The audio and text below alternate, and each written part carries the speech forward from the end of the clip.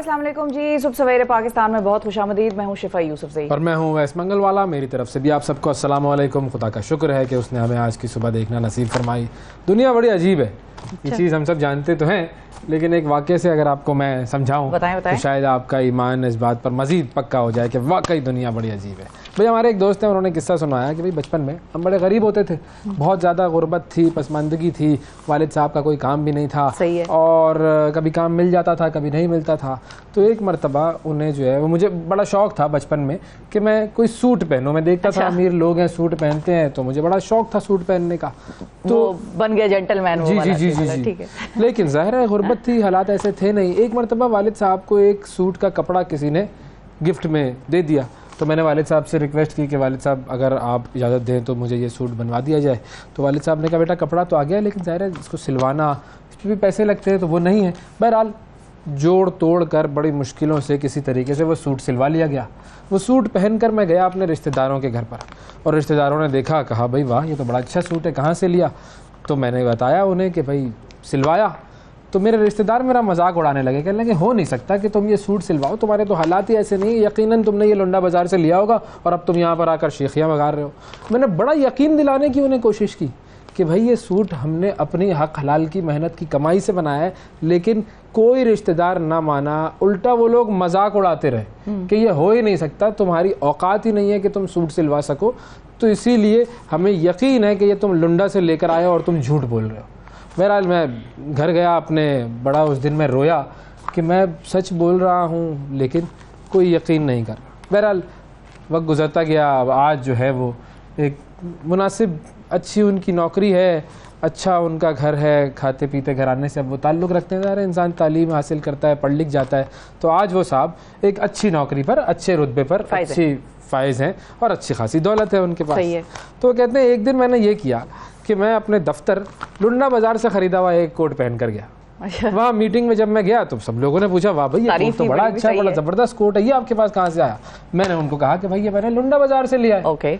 किसी ने यकीन नहीं किया। हाँ। किसी ने यकीन नहीं किया। मैंने बार बार उन्हें यकीन दिलाने की कोशिश की कि भाई मैं सच कह रहा हूँ, ये कोट मैंने लुंडा बाज़ार से लिया है। लोगों ने कहा नहीं नहीं नहीं, हो ही नहीं सकता कि तो आपकी तो औकात देखें और लुंडे बाज़ार की औकात देखें, कहाँ लुंडा बाज़ार, तो ये तो हो ही नहीं सकता। तो हम मानने को तैयार नहीं है, यकीनन आपने जो है वो अपने किसी फॉरेन ट्रिप पे जो है वो किसी से लिया होगा। तो उस दोस्त कहता है कि जिस दिन ये वाक़या हुआ मेरे साथ, उस दिन मैं घर गया और बहुत हंसा कि ये क्या हो रहा है। जब मैं गुर्बत में था और सच बोल रहा था तब कोई यकीन नहीं कर रहा था। अब भी झूठ बोल रहा हूं। आज मैं अब झूठ बोल रहा हूं, एक्चुअली तो सच बोल रहा है। हाँ, मतलब लुंडे का ही कोट था, आज अमीर है, अब भी सोच लेकिन सच बोल रहा है, लोग उसको सच मान नहीं रहे और कोई यकीन नहीं कर रहा। तो ये जो स्टेटस है ना, लग रहा है ये इंसान के सच और झूठ का कभी कभी फैसला करता है। अगर आपके पास स्टेटस है तो जो आप कहेंगे लोग कहेंगे भाई ये सही कह रहा है, और अगर आपके पास स्टेटस नहीं है बस ऐसे ही होगा। ये है दुनिया और ये है उसका अजायब खाना। नाजरीन, अब आपको हम मजीद दुनिया के लिए खोलते हैं, अपना प्रोग्राम भी खोलते हैं, शटर ऊपर कर लिया है हमने, आपको लेकर चलते हैं, 60 सेकंड न्यूज़ दिखाते हैं। बिजली बिल्स में रिलीफ का मामला, निगरान हुकूमत का IMF से रुजू करने का फैसला। प्रैक्टिस एंड प्रोसीजरल एक्ट से अदलिया में मुदाखलत की कोशिश की गई, chief justice Umar Ata Bandial. Chief justice Islamabad high court के खिलाफ मुहिम की तहकीकात के लिए JIT तश्कील। एशिया कप में किसी को आसान नहीं लेंगे, जीत का मोमेंटम बरकरार रखेंगे बाबर आजम। बगदाद में 2016 के होलनाक बम धमाके के 3 मुजरमों को फांसी दे दी गई। रूस में वैगनर ग्रुप के सरबराह युगिनी प्रिगोजिन की आखिरी रसूमात अदा कर दी गई। मुंबई में किसानों का हुकूमत के खिलाफ एहतजाज, मुजाहिरीन सरकारी दफ्तर की इमारत में दाखिल। अमेरिका में सरकारी यूनिवर्सिटी में फायरिंग से प्रोफेसर हलाक। इसराइल जाने वाले तैयारे की सऊदी अरब में हंगामी लैंडिंग, नेतन्याहू का शुक्रिया। जी, तो ये आपने देखी जी 60 सेकंड न्यूज़ और दुनिया ना हमने दिखा दी, भाई। हमारा स्टेटस हम दिखा सकते हैं 60 सेकंड। अब इसको आप फेक न्यूज़ समझे, आप जो भी समझे, ये आपके ऊपर मुनहसर है। लेकिन इसमें अभी जो मैं खबर आपको सुनाने लगी हूँ उसमें भी एक बड़ी अजीब सी चीज़ आप नोटिस करेंगे जी। दुनिया में हर कौम में मुख्तलिफ लोग पाए जाते हैं, हर एक अलग अलग तरीक़ेकार की सोच रखता है, हर कोई अपनी एक सोच होती है, चाहे उसके इर्द गिर्द कितनी नफरत पनप रही हो, कितनी शदीद नफरत पनप रही हो, उसके बावजूद भी वो शख्स इंतहाई पॉजिटिव हो सकता है और अगलों से मोहब्बत का दर्स जो है वो दे सकता है। अब इस खबर से आप इसकी मिसाल का अंदाज़ा लगाएं। वर्ल्ड एथलेटिक्स चैंपियनशिप हमारी तरफ से अरशद नदीम साहब सिल्वर मेडल और भारत की तरफ से नीरज चोपड़ा गोल्ड मेडल। तबाहकुन दोनों की परफॉर्मेंस रही है, लेकिन ये कि एक ने जीतना था और एक ने हारना था। हारा तो वो भी नहीं ना, सिल्वर मतलब एक ने फर्स्ट आना था और एक ने दूसरा आना था। बिल्कुल, अब ये दोनों का मुकाबला था, जो जरा ज्यादा एफर्ट लगाता वो कर लेता। खैर, इसमें अब इंटरेस्टिंग चीज ये है कि नीरज चोपड़ा की जो वालदा है, उनकी एक प्रेस कॉन्फ्रेंस जो थी वो सामने आई। उसमें उस दौरान एक पाकिस्तानी खिलाड़ी के हवाले से, अरशद नदीम के हवाले से नेक तमन्नाओं का उन्होंने इजहार किया। बेसिकली भारतीय सहाफ़ी ने अपना सा मुंह लेकर ना एक बड़ा अजीब सा सवाल पूछा और भारतीय सहाफ़ी ने ज़रा तीली लगाने की कोशिश की। वो चाहता ये था कि आगे से एक अजीब सा जुमला आए या कोई ऐसी चीज़ आए कि जो ज़रा नफरत अंगेज़ हो, लेकिन नीरज की वालिदा ने तो हैरानी कर दिया। देखिए कितनी खूबसूरत बात की कि जब मुकाबला होता है तो मैदान में कोई बॉर्डर नहीं होता, कोई ऐसी खिलाड़ी होते हैं। बिल्कुल, कोई बॉर्डर नहीं होता, कोई सियासत नहीं होती, कोई नफरत नहीं होती, सिर्फ खिलाड़ी होते हैं। वो गेम खेल रहे होते हैं, उनमें एक जीतेगा और एक दूसरी पोजीशन पे आएगा या वो हारेगा। बिल्कुल, बात एक ही है। अब ये आप अंदाजा लगाएं।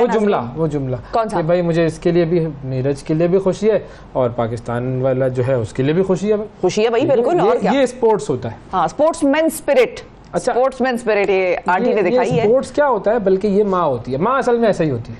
नहीं, माँ किसी की भी हो, हाँ, वो मोहब्बत करने वाली होती है। लेकिन इस माँ ने जो जुमला कहा है ना, उसने बहुत सारे लोगों को बहुत कुछ सिखा दिया। उसने सियासतदानों को भी बहुत कुछ सिखा दिया। बिल्कुल, उसने सहाफियों को भी बहुत कुछ सिखा दिया कि जो तुम उल्टे सीधे सवालात करते हो। बिल्कुल, उसने हर एक को वो जो नफरत का जो भी नफरत को बढ़ावा देना चाहता है, उसके लिए ये माँ का जवाब है। बिल्कुल। और मैंने जब ये स्टेटमेंट सुनी, मैं भी ये सोच रही थी कि हमारे यहाँ भी ऐसे लोग मौजूद हैं और वहां पर भी ऐसे लोग मौजूद हैं जो कि हमेशा मैदान में उतरते ही ये सोच के साथ हैं कि हमने नारा क्या लगाना है, दुश्मन।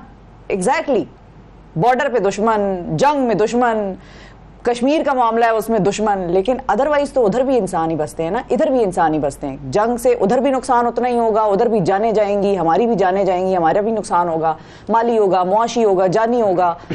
तो हर तरफ पैगाम अमन का और मोहब्बत का ही होना चाहिए। अब अगले को अगर समझ ना आए तो फिर भी थोड़ी कोशिश कर ले मोहब्बत का पैगाम देने की। अदरवाइज फिर अपने स्टांस आपके ऐसे हों कि अगला मजबूर हो जाए झुकने पर या आपके साथ टेबल पे आके बैठने पर। लेकिन यह है कि दोनों तरफ से ये जो दुश्मन का नारा है, ये कोई बहुत अच्छी चीज़ नहीं है। हाँ, उस दुश्मनी को एक खास हुदूद में महदूद कर दें, लेकिन अदरवाइज भाई जब लड़ोगे बिल्कुल तो लड़ाई होगी, जब प्यार करोगे तो फिर प्यार होगा। सरोज देवी, गुड, वेरी गुड, बहुत जबरदस्त, पॉजिटिव। और वहाँ तो क्योंकि माहौल ही ऐसा है इस वक्त, माहौल पनप रहा है भाई नफरत का। टेंशन हो जाए मुझे ये भी ख्याल, लेकिन अल्लाह ना करे, लेकिन ये है कि बिल्कुल। और अच्छा, ये जो अरशद नदीम है, उनका भी जब इंटरव्यू लिया गया तो अरशद ने कहा कि भाई मैं और नीरज जो हैं बड़े अच्छे दोस्त हैं, हम लोग उर्दू में बात करते हैं हमेशा।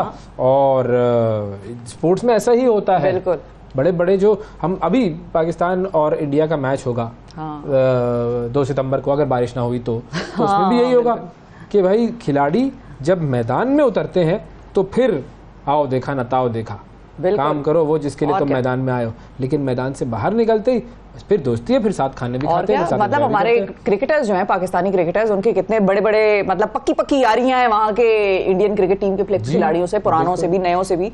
तो ये चीज चलती है भाई। इंसान अच्छा, एक फड्डा हुआ, ये देखें मैं आपको बताऊं वो फड्डा क्या हुआ। वो फड्डा ये हुआ है कि जो अभी जर्सी लॉन्च हुई है, जर्सी लॉन्च हुई है किसकी? पाकिस्तान की, उसकी टीम की। तो टीम की जर्सी लॉन्च हुई है, लेकिन बेसिकली जो जर्सी होती है किसी भी टूर्नामेंट की, उसमें मेजबान मुल्क का नाम लिखा हुआ होता है जर्सी पर। ओके। तो जब जर्सी लॉन्च होती है तो उस पर किसी भी, चाहे वो टीम की जर्सी हो, मिसाल के तौर पर अब जैसे एशिया कप है, उसका होस्ट कौन है? पाकिस्तान। तो पाकिस्तान का नाम हर टीम की जर्सी पर लिखा होगा, छोटा या बड़ा? छोटा सा। मतलब वो जो लोगो है उसके नीचे लिखा हुआ होता है ना, तो लोगो के नीचे वो निशान लिखा होता है। अब जब वो लोगो लॉन्च हुआ, मतलब जब जर्सीज लॉन्च हुई, तो ये देखा कि जी पिछले साल एशिया कप 2022 जब टीम्स ने ऑफिशियल जर्सी पहनी थी, श्रीलंका की मेजबानी का लोगो मौजूद था। पाकिस्तान की मेजबानी का लोगो जो है वो ना ग्रीन शर्ट्स की जर्सी पर है, ना दूसरी एशियाई टीम। जी, ये प्रॉब्लम आई है और इस पर लोग जो है वो एतराज कर रहे हैं कि ये गलत बात है। और वर्ल्ड कप के लिए जो जर्सी आई है वर्ल्ड कप के लिए। उसमें इंडिया वर्ल्ड का कप नाम कहाँ मौजूद है। इंडिया, हाँ, तो उस इंडिया पर का नाम भारत मौजूद का है। नाम काबिल जिक्र तौर पर बिल्कुल मौजूद है। अब यहाँ पर एशिया कप में प्रॉब्लम आई है कि जी आपने पाकिस्तान का नाम इसमें क्यों नहीं शामिल किया, ये सबसे बड़ा प्रॉब्लम है। ये तो बड़ा सीरियस एक गलती सी हो गई है, होगी यकीनन गलती सी, आई एम श्योर। पता नहीं जानबूझ के क्या है, ये जो भी है ये सही नहीं है, ये अच्छी बात नहीं है और मैं इस पर पुरजोर एहतजाज करता हूँ। भाई आप इतना एहसास जिम्मेदारी का मुजाहिरा करें, मतलब कोई काम कर रहे हैं इतने बड़े लेवल का कर रहे हैं तो उसको जरा प्रॉपर तरीके से करें। ये क्या कर दिया आपने? अजीब बात है, कोई तरीका है? कोई आपने जो है वो लोगों पर मुल्क का नाम नहीं लिखा। बहरहाल ये अगर ये किसी ने जानबूझकर छोटी हरकत की है हाँ, तो बस फिर मिल लो बेटा, तुम बाहर तो मिलो, ऐसे यूं कर लेता हूँ उसको मैं। और अगर गलती हुई है तो उसको सही कर लो भाई, कोई ऐसा मसला थोड़ी है। लेकिन कर लो, अब सही कर लो। आज तो शुरू हो गया है मैच, आज तो शुरू हो मतलब गया। टूर्नामेंट शुरू हो गया हाँ, है। बिल्कुल। बड़ा आज मैंने आपको बताया ना, बड़ा अहम मैच है आज। किसका? अपनी टीम का, नेपाल का। अपनी टीम हाँ का, अपनी टीम होगा। चले देखेंगे खैर इंशाल्लाह क्या होता है, कौन जीतता है। पाकिस्तान के साथ दुआएं हमारी मौजूद है। नेपाल का मैच देखेंगे, हल्का फुल्का तो नजर आ ही जाएगी, मतलब हाँ दौड़ाऊंगी नजर। 7 घंटे लगाने होंगे, 7.5 घंटे, 3.5 7 घंटे का मैच, आधे घंटे का वक्फा, 7.5 घंटे जरा होते लंबा हैं है ये, इसमें तो मैं आप पे रिलाई करूंगी ना सर, ये तो मैं आप पे रिलाई। अब ऐसा है भाई, बताएगा ना भाई अगले दिन प्रोग्राम में, तो वैसे ही बताएगा भाई कौन आउट हुआ, किसने विकेट गिराई, किसने छक्का मारा, तो हर चीज तो वो बता देंगे। मैं सिर्फ अहम अहम मोमेंट्स पे ना नजर रखूंगी, कहूंगी अच्छा उसने सेंचुरी कर ली, चलो भाई ट्वीट करके मुबारकबाद दे दे। तो ये काम मैं करूंगी। लेकिन एक और बड़ा खतरनाक काम जो है वो हुआ है कराची की सड़कों पे, कराची की गलियों में। खैर रोज सोशल मीडिया पे कुछ ना कुछ इस किस्म का आता है, लेकिन अब आया ये है कि गुज़िश्ता रोज कराची में देखा गया है एक शेर, और वो वायरल हो गया है भाई, उसकी वीडियो वायरल हो गई। कभी भी कराची में ऐसा नहीं था पॉपुलर, थोड़ा बहुत था। दिखाओ भाई अवैस को शेर दिखाओ।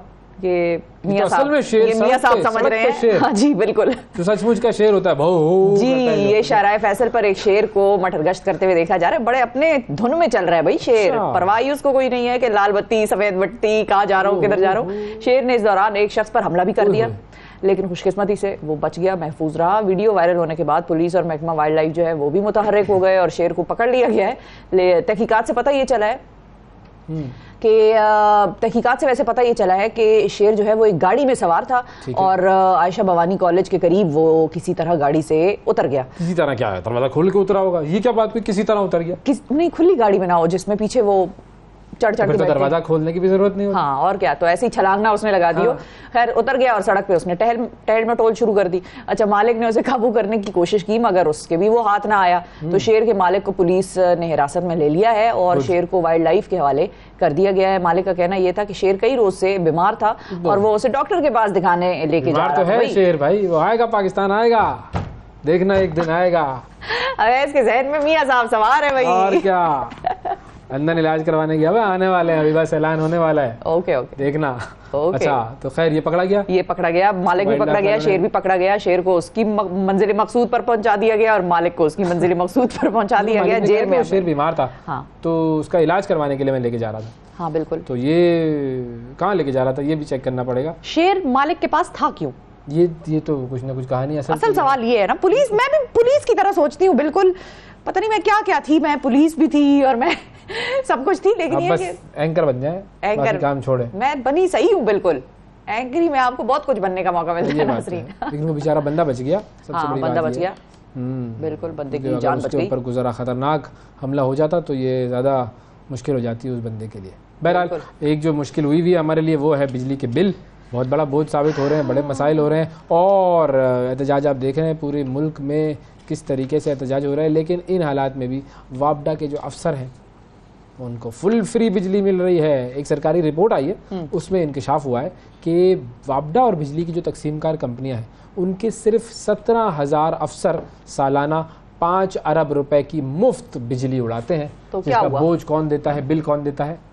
मैं देता हूँ। मैं तो क्या हुआ? मैं देता हूँ भाई, मैं देता हूँ वो बिल। ओके। और रिपोर्ट के मुताबिक बिजली से मुताल्लिका कंपनियों के 1,89,000 मुलाजिम माहाना 3.5 करोड़ यूनिट बिजली इस्तेमाल करते हैं और ये मुफ्त होती है। और इन कंपनियों के अफसरान की बात की जाए तो 17,000 अफसरों को सालाना 9 करोड़ यूनिट मिलते हैं मुफ्त। फिर वापडा का जो 21वां स्केल है उसके 75 अफसरों को सालाना 6,63,000 यूनिट मुफ्त मिलते हैं। ग्रेड 5 से ग्रेड 10 के जो मुलाजमीन हैं उनको सालाना 2400 यूनिट बिजली मुफ्त इस्तेमाल करने की इजाज़त है। ग्रेड 11 से ग्रेड 15 के मुलाजमीन को 3600 यूनिट, ग्रेड 16 और 17 के मुलाजमीन को सालाना 5400 यूनिट और ग्रेड 18 के मुलाजमीन को सालाना 7200 यूनिट। फिर ग्रेड 19 आता है उसके बाद, उनके अफसरों को 9600, ग्रेड 20 से 22 के अफसरान 15600 यूनिट सालाना बिजली इस्तेमाल करते हैं। ये तनख्वाह नहीं लेते? मुफ्त में बिजली नहीं, तनख्वाह नहीं लेते। वो तो लेते हैं। तो फिर बिजली क्यों मुफ्त लेते हैं? बिजली लेंगे भाई, हम बिजली में काम करते हैं, बिजली के दफ्तर में तो बिजली हम जिसको तनख्वाह मिलती है वो उस तनख्वाह से अपना बिल भरेंगे और आप उसका कैश भरेंगे। हम ऐश करेंगे, आप कैश भरेंगे। ये है भाई मामला। ये तो बहुत मतलब तबाहकुन किस्म के फिगर्स आपने बता दिए। मेरी तो वो वाली इमोजी वाली हालत हो गई है, वो आजकल हमारे इमोजी में आई हुई है जिसमें खोपड़ी उड़ी हुई है ऐसे। अच्छा खोपड़ी उड़ी हुई होती है नाजरीन, मेरा तो वो हाल हो गया सुन के। लाखों रुपए, लाखों यूनिट और अरबों रुपए, लाखों यूनिट और अरबों रुपए। बिल्कुल। तो बस अंदाजा लगाया आप, जिस मुल्क में ये मुफ्त काम हो रहा हो। मुफ्ते चल रहे हैं भाई, मुफ्ते चल रहे हैं, मजे पड़े हुए हैं सब। भाई मैं एक आर्टिकल पढ़ रहा था, उसमें किस तरीके से बताया गया कि IPPs का जब मामला शुरू हुआ है तो बेनज़ीर साहिबा की हुकूमत पे जब ये मामला शुरू हुआ तो बड़े एतराज़ात हुए। सही है। फिर उनके ही लोगों ने भी एतराज़ किया कि ये प्रॉब्लम हो जाएगी, आगे बड़ा मसला होगा हमें, लेकिन नहीं भाई, कोई ना माना। फिर नवाज शरीफ साहब भी इस वक्त अपोजिशन में थे, उन्होंने भी बड़ा एतराज़ किया। प्लान क्या था उनका? बहरहाल IPPs को शुरू करने का। ठीक है। फिर उसके बाद नवाज शरीफ साहब की हुकूमत आई, उन्होंने भी यही काम किया और उसके बाद काम बढ़ते बढ़ते बढ़ते आज हम इस नौबत पर आ गए कि कुछ नहीं है हमारे पल्ले और बल्ले बल्ले बल्ले। अल्लाह खैर करे हमारे मुल्क की, अल्लाह हमें कुछ हिदायत दे कि हम अपने रास्ते कुछ सिम दुरुस्त करें। और अब आपको भारत से मैं एक और ख़बर सुना देती हूँ। पिछले दिनों हमने भारत से एक बड़ी तकलीफ जो देखी थी, और आपको याद होगा कि हिंदू तलबा जो मार खाने वाली एक वीडियो थी जिसमें उस बच्चे को एक मार रहे थे लोग और वो सब सिलसिला हो रहा था। तो इस किस्म के टीचर थी बिल्कुल, और वो बच्चों से कहा, बरगला रही थी उनको कि आके इसको मारो, बिल्कुल, क्योंकि वो मुसलमान है तो आओ उठो और मारो उसको। तो इस किस्म की वीडियोस जब आती हैं वहां से तो दिल बड़ा ही दुखता है। और मेरे जहन में ये आया कि वो बच्चा खड़ा वहां पर क्या सोच रहा होगा, मतलब जब उसको बाकी क्लास के बच्चे अपने दोस्त मार रहे हैं। भाई क्यों मुसलमान हूं मैं, क्यों मैं हिंदुस्तान में हूं, और ये लोग कौन है, और मुझे मुसलमान होने पर क्यों मार पड़ रही है। मतलब जाहिर है पहला सवाल उसका ये होगा। तो ये सारी सूरत हाल वहां पर डेवलप हुई। इसके बाद हुआ ये कि एक खुशाइन चीज भी हुई। मार खाने वाले जो मुस्लिम बच्चे हैं उसकी तालीम का बेड़ा उठा लिया एक तंजीम ने। भारतीय रियासत उत्तर प्रदेश, उसमें मुसलमान बच्चे को साथ ही हिंदू तलबा के थप्पड़ मारने के वाक़े के बाद एक तंजीम ने बच्चे का दाखिला दूसरे स्कूल में करा दिया। इस स्कूल से उसकी जान छुड़वाई। चंद रोज़ कबल सोशल मीडिया पर ज़ाहिर है ये वीडियो सामने आई। ज़िला मुजफ्फरनगर के स्कूल की एक वीडियो थी जो कि वायरल हुई, जिस पर लोगों का बड़ा बैकलैश भी आया। इवन भारत से भी बड़े लोगों ने इस पर बड़ी शदीद तनकीद की, हिंदू टीचर को बड़ा बुरा भला कहा। मोहम्मद अल्तमश इस बच्चे का नाम था। हाँ, और अब अल्तमश का जो एडमिशन है वो दूसरी जगह पर करा दिया गया है जी। और कुछ उसकी ज़िंदगी में सुख और कॉन्फिडेंस अल्लाह करे कि ये बहाल हो जाए। उलमाए हिंद जो है उन्होंने ये काम किया है कि भाई अब इस बच्चे को हम एक दूसरे स्कूल में दाखिल करवाएंगे और इसकी तालीम हम पूरी करेंगे और जब तक ये चाहेगा उस वक्त तक हम इसकी फ़ीस देंगे। बिल्कुल, कितनी पॉजिटिव बात है, अच्छी बात है। लेकिन वो जो ट्रॉमा है ना, वो जो ट्रॉमा है, वो जो क्लास में अपने बच्चों से, अपने दोस्तों से वो उसने मार खाई और उसके जहन में ये सवाल उठा कि मैं मुसलमान हूँ और इस पर मुझे मार रहे हैं, इस चीज़ पर मुझे मार रहे हैं, क्यों भाई? ये सवाल उसके साथ बड़े लंबे अरसे तक ये रहेगा और वो सोचेगा इसका जवाब क्या है। अब वो खातून जो है उसके साथ पता नहीं क्या होता है, क्योंकि उसको अदालत वगैरह में तो पेश कर रहे हैं, देखते हैं कि उसका क्या नतीजा निकलता है। लेकिन ज़ाहिर है ये एक ऐसा वाक़या है कि जिस पे इंसान जब ये देखता है तो हिल जाता है कि ये दुनिया इस नहज तक पहुंच गई है। बच्चों को भी हमने नहीं बख्शा। बिल्कुल बिल्कुल बिल्कुल। अच्छा जी, स्वीडन की एक खबर जी। स्वीडन की काउंटी है वर्मलैंड। ओके, ठीक है, वर्मलैंड, वर्म्स होते हैं ना, नाम रखा है उन्होंने इसका वर्मलैंड, स्वीडन की काउंटी है।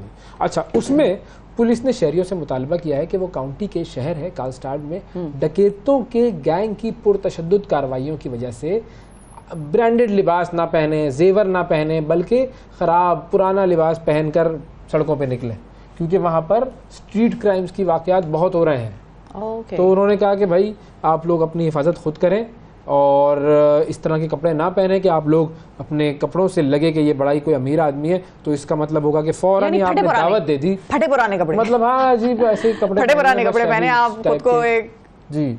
ये ना हो कि आपके कपड़े देखें और वो चोर आप पर हमलावर हो जाए। स्वीडिश पुलिस ने शहर में जो डकैती की वारदातें हैं उनके इजाफे की वजह से शहरियों को ये मशवरा दिया है। उन्होंने कहा है महंगे जेवरात भी आप ना पहने, ठीक है। और इसके अलावा सिक्योरिटी इदारे ने यह भी अपील की है कि शहरी बाहर जाते वक्त इस बात को यकीनी बनाएं कि वो उन्होंने ऐसा लिबास पहना हो कि उनके साथ लूट मार ना हो। अंदरूनी शहर और मुज़ाफ़ाती इलाके जो हैं उनमें जाने से मना किया है उनको कि भाई इस तरफ आप मत जाएं, बहुत ज़्यादा प्रॉब्लम्स हो रही हैं, काफ़ी ज़्यादा स्ट्रीट क्राइम है और ये मशवरे अब मिल रहे हैं। मुझे तो लग रहा है कि ये हम कराची में ना इस तरह के मशवरे देते हैं। हमने अपने प्रोग्राम में खबर दी थी भाई, हमने अपने मोबाइल रखेगा ना लुट जाएगा, या दो रखना, एक सस्ता वाला रख लो ताकि वो आए तो उसको सस्ता वाला दे दो। ये हम करते थे। आपको याद होगा एक दफा ईद पे इस्लामाबाद की खबर हमने अपने प्रोग्राम में दी थी जिसमें पुलिस ये कह रही थी लोगों को कि देखें आप अपने आस पड़ोस पर जरा नजर रखिए, लोगों को जो है वो ईद के वक्त घर खाली होंगे तो जरा साथ वाले घर पे भी ध्यान दीजिएगा कि कौन आ रहा है कौन जा रहा है, अपनी आंखें और कान खोले रखिए। तो खैर घर वर की है ना, ये तो सड़क पे चलते हुए कोई भी लूट लेगा, आपको आएगा और कुछ नहीं कहना उसने। मैं बता रहा हूँ मेरे साथ भी हुआ है ना, कहना कुछ नहीं है उसने, आना है उसने दिखाना है कि भाई मेरे पास ये है, बदलाव भाई दे दो जो है, बस ये एक जुमला होता है। उसके बाद आप अपने तमाम तर जो भी आपकी जायदाद जेब में आप लेके फिर रहे होते हैं वो आप उसको देते हैं, वो कहते हैं जा भैया ये तेरे लिए था, कहाँ था इतने दिन से, मैं तो तुझे ढूंढ रहा था, तू आया क्यों नहीं। ये है मामला। ठीक है भाई, ठीक है, आप छोड़ें स्वीडन को छोड़े, मैं आपको बताती हूँ एक और टैक्स लग रहा है अब। कौन लगा रहा है? टैक्स लगा रही है हुकूमत। माफ करें, और निगरान हुकूमत नहीं कर सकती ये काम, खुदा का वास्ता है प्लीज। सुनने तो सही ना, आप सुने खामखा पाकिस्तान की तरफ क्यों आ जाते हैं आप? हर टैक्स पाकिस्तान में नहीं लगता, वो अलग बात है कि हम पे लादे हुए हैं, टैक्सों का बोझ लादा हुआ है, खच्चर बना दिया हमें बिल्कुल टैक्स डाल के। लेकिन ये टैक्स जो है ये बीफ पर लगा है, गोश्त पर लगा है, यानी कि गोश्त पर हाँ लगा है, बीफ पर। और ये लगाने वाली हुकूमत है जी, मैं आपको बताती हूँ कौन सी, और इसके लगाने का पर्पस क्या है? कार्बन डाइऑक्साइड की वजह से माहौलियाती आलूदगी दुनिया भर में एक मसला बनी हुई है। कार्बन डाइऑक्साइड का फैलाव जो है उसको रोकने के लिए तमाम ममालिक मुख्तलिफ किस्म के इक़दाम कर रहे हैं, जिसमें कि डेनमार्क की हुकूमत अब सामने आई है। और माहौलियाती आलूदगी कम करने के लिए उन्होंने कहा कि बड़े गोश्त पर टैक्स आयद कर दिया जाए। ये सोचा है उन्होंने, अभी फाइनल इसको नहीं किया, लेकिन ये है कि सोचती है डेनमार्क की हुकूमत, इनको पता लग जाता है। क्या आपके कनेक्शन है भाई? उधर सोचा है उन्होंने, आप कह रही है कि वाह मुझे पता लग गया। ये होता है जर्नलिस्ट, ये होता है सहाफी, ये होता है नजर रखे। मैं दरअसल क्योंकि हम खुद पश्तून लोग गोश्त खोर लोग हैं, तो इसलिए हमें गोश्त के हवाले से हर खबर का मालूम होना चाहिए। ये हम वरना अपने साथ ज्यादा इससे होगा क्या? अब इससे होगा ये जब टैक्स आयद होगा तो इससे होगा ये कि इसके इस्तेमाल में कमी लाई जाएगी। बेसिकली आप जिस भी चीज को टैक्स करते हैं उसका पर्पज एक ये भी होता है कि वो चीज का इस्तेमाल कम हो जाए। तो डेनमार्क के जो रेस्टोरेंट्स हैं उसमें बड़े गोश्त के स्टेक्स हैं जो बहुत मकबूल हैं। गाय जो कुछ खाती है उसका 80 से 90% जो है वो उसकी जिस्म की हरारत की सूरत में नमूदार होता है। और यही वजह है कि डेनमार्क में बीफ के इस्तेमाल से सालाना 80 लाख टन कार्बन डाइऑक्साइड खारिज होती है। और इसी तरह आलमी सतह पर ग्रीन हाउस गैसेज का जो सारा सिलसिला है उसमें लाइफ स्टॉक का एक बहुत बड़ा हिस्सा है, 15% हिस्सा है लाइफ स्टॉक का जो ग्रीन हाउस गैसेज में कंट्रीब्यूट करता है।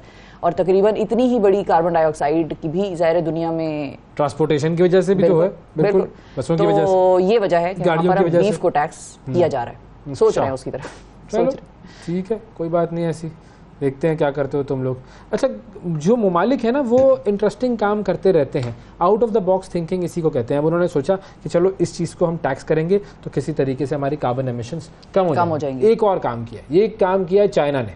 अब शरह पैदाइश में कमी होती है, तरक्की याफ्ता ममालिक बड़े परेशान है उससे, और वो कहते हैं कि भाई किसी तरीके से हमारी जो शरह पैदाइश है वो बढ़े। हमारे ले लो, सारे ममालिक हैं, हमारे ले लो, पैदा करने हैं, उनको पालने नहीं है। अच्छा हो गया, पैसा करेंगे फिर पालेंगे। हमारे वाले जाएंगे वो अपनी तरफ से कुछ ना कुछ वहां पर जाके कुछ ना कुछ मामला कर देंगे। नहीं क्यों, हमारे वाले दुबई में नहीं रहते? कैसे तीर की तरह सीधे होते हैं वैसे दुबई में। अब चाइना में भी सीधे रहेंगे हम। चीन का मसला क्या है? वो कह रहा है कि जी हमारे यहाँ पर 1986 के बाद से शादी की जो शरह है वो 2022 में सबसे कम हो चुकी है। और इस मसले से निपटने के लिए चीन की एक काउंटी है, उन्होंने एक स्कीम मुतारिफ करवाई है। उसके मुताबिक अगर शादी के वक्त दुल्हन की उम्र 25 साल से कम है तो जोड़ा जो है उसको 1000 युआन यानी तकरीबन 41,000 रुपये पाकिस्तानी वो इनाम दिया जाएगा। मकसद क्या है स्कीम का? कि भाई जल्द शादी करें, जल्द शादी करने की हौसला अफजाई। और हम कहते हैं जल्द शादी करो तो लोग कहते हैं नहीं नहीं आराम से कर लो, पहले अपना कैरियर बना लो, फिर घर बना लो, फिर सब बना लो। वो इसलिए कहते हैं कि हमारे यहाँ 41,000 रुपए नहीं ना देती हुकूमत, तो लड़के पे बोझ पड़ेगा। पाल जब वो उस लड़की को नहीं सकता, नौकरी उसके पास है नहीं, तो जाहिर बेचारे ने शादी तभी करनी है जब वो पाल सके उसको। हमारे यहाँ थोड़ी हुकूमत देती है 41,000 रुपए। तो 41,000 रुपए में कौन पलता है? नहीं, चाइना वाले बट पल जाते हैं। 41,000 रुपए में तो आजकल बिजली का बिल नहीं चलता है, पलता तो कोई भी नहीं है। तो बहरहाल जल्द शादी की वो हौसला अफजाई कर रहे सही है, हैं। ओके। अब चाइना का मसला एक ये भी रहा है ना कि उन्होंने बहुत अरसे तक One जो child सिंगल policy थी चाइल्ड उनकी। पॉलिसी थी उनकी, उसकी वजह से अब वहाँ पर ये यंग पॉपुलेशन की कमी है। बहुत सारे ऐसे मुल्क हैं जहाँ पर यंग पॉपुलेशन की कमी है, वो कहते हैं जी अब हमारे यहाँ पे सिर्फ बुजुर्ग रह गए, हमने अपने यहाँ पे चलाया हुआ था 2 बच्चे ही काफ़ी हैं, फिर उसको फिर चेंज किया। बहरहाल लेकिन ये प्रॉब्लम है, जब आप नेचर के साथ खिलवाड़ करते हैं ना तो फिर नेचर भी खिलवाड़ करती है। तो बहरहाल अब ये जो शादी जिनकी होगी उनको मिलेंगे 41,000 रुपये। इसके अलावा उनके बच्चों की देखभाल, तालीमी अखराजात, इन सब पर भी होगी सब्सिडी। तो ये सब्सिडीज मिलेंगी, अब ये काम होगा इनका भी बेहतरीन। चाइना चलो भाई, चाइना भेजो भाई, इधर से लोगों को भेजो, चाइना भेजो, कुछ कमाई भी होगी और उनका भी फायदा होगा भाई, उनको भी लोग चाहिए, लोग मिल जाएंगे। फिलहाल चाइना नहीं जा रहे, फिलहाल हम ब्रेक पे जा रहे हैं, ब्रेक के बाद दोबारा मिलते हैं। सुबह सवेरे पाकिस्तान, सुबह सवेरे पाकिस्तान, सुबह सवेरे पाकिस्तान।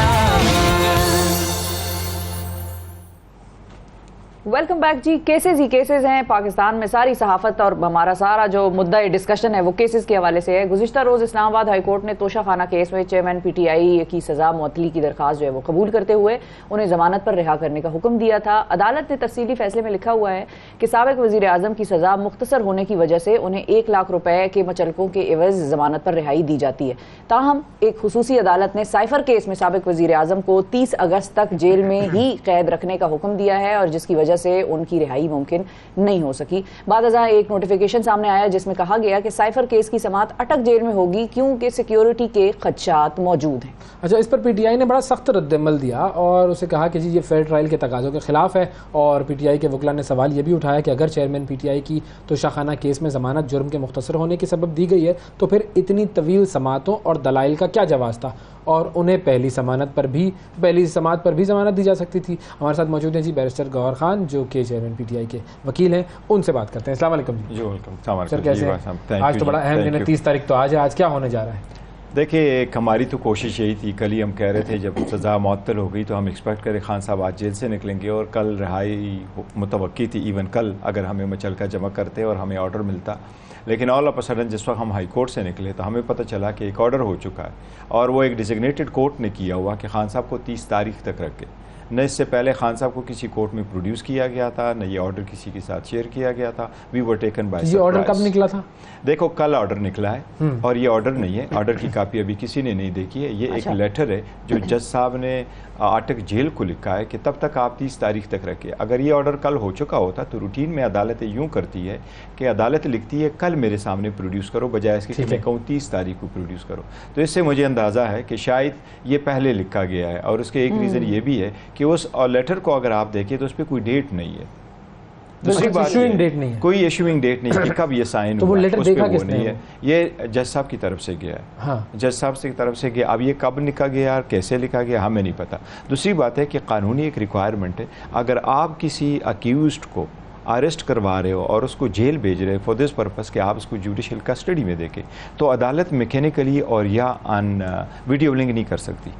कोर्ट हैज़ टू सी कि मेरे सामने पहले अक्यूज्ड को प्रोड्यूस करो। तो खान साहब ने भी तो पहले एक केस में कहा था मेरा वीडियो बयान ले लें और सारी चीज़ें। नहीं, अगर आप खुद पेश हो जाए एक मरतबा अदालत के सामने आ जाए तो फिर आप वीडियो लिंक से कर सकते हैं, लेकिन फर्स्ट टाइम अगर आपकी कस्टडी रिक्वायर्ड है और आपको जुडिशल करना है जज ने, तो आपका होना ज़रूरी है कि जज अपने आप को सेटिस्फाइड करे, उनसे पूछे और फिर उसका ऑर्डर करे कि यस 14 दिनों के लिए 15 दिनों के लिए मैं इसको जुडिशल कर देता हूँ, फलां तारीख को मेरे सामने प्रोड्यूस करवाएं। सही है, लेकिन अब एक और जो आप जिस नोटिफिकेशन की हम बात कर रहे हैं, अब तो जजेस और सारी अदालत पेश होगी अटक जेल में और इनका ये जो भी ट्रायल है या जो भी इनसे सवाल जवाब करने वो वहां पर होगा क्या?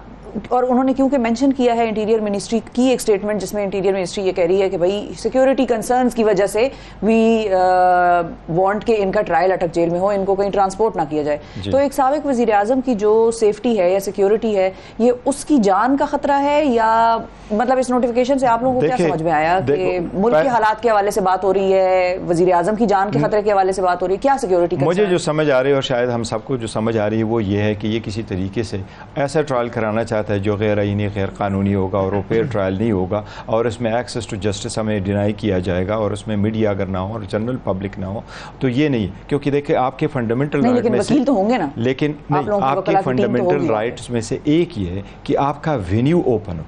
ये ओपन वेन्यू में नहीं आता, और पहले भी ऐसा हुआ है, पुलिस लाइन को उन्होंने वो शिफ्ट कर दिया था खान साहब को। यहाँ हम भी दरख्वास्त देते रहे कि हमारा आप सिक्योरिटी रीज़न के लिए करें, लेकिन अगर हमारा पूरा की पूरा, और वो हम क्यों दे रहे थे दरख्वास्तें कि हमें आप अकाउंटेबिलिटी कोर्ट जहाँ है, एंटी टेररिज्म कोर्ट है, वहाँ शिफ्ट करें, बिकॉज सिक्योरिटी कंसर्न हमें था कचहरी में F8 में, जो इस वक्त कोर्ट चली गई G11 में, हमने कोई दरख्वास्त नहीं दी और हम वहाँ पेश हुए। तो खान साहब के पूरा ट्रायल अगर G11 में हो सकता है तो कल परसों की तारीख है, तो अब क्यों नहीं हो सकता? और अगर नेब कोर्ट में, वो नेब अदालत में आ सकता है, तो ये डिजिग्नेटेड कोर्ट जहाँ शाह महमूद कुरैशी साहब पेश हो रहे हैं, ये भी वहाँ होना चाहिए था। तो ये बड़ा अनफॉर्चुनेट है, ऐसा नहीं होना चाहिए। मैं समझता हूँ ये जो नोटिफिकेशन हुई ये इलीगल है, ये उसके फंडामेंटल राइट्स की वायलेशन है, और जो ये बिल्कुल हम चैलेंज करेंगे। हमें कल ही पता चला और बड़ा लेट पता चला है, और इसके लिए फिर आपको मतलब वकालतनामा चाहिए, उस प्रोसेस से गुजर करके हमने जाना है। भाई ये सुप्रीम कोर्ट की जितनी भी जजमेंट्स है ओपन ट्रायल पे,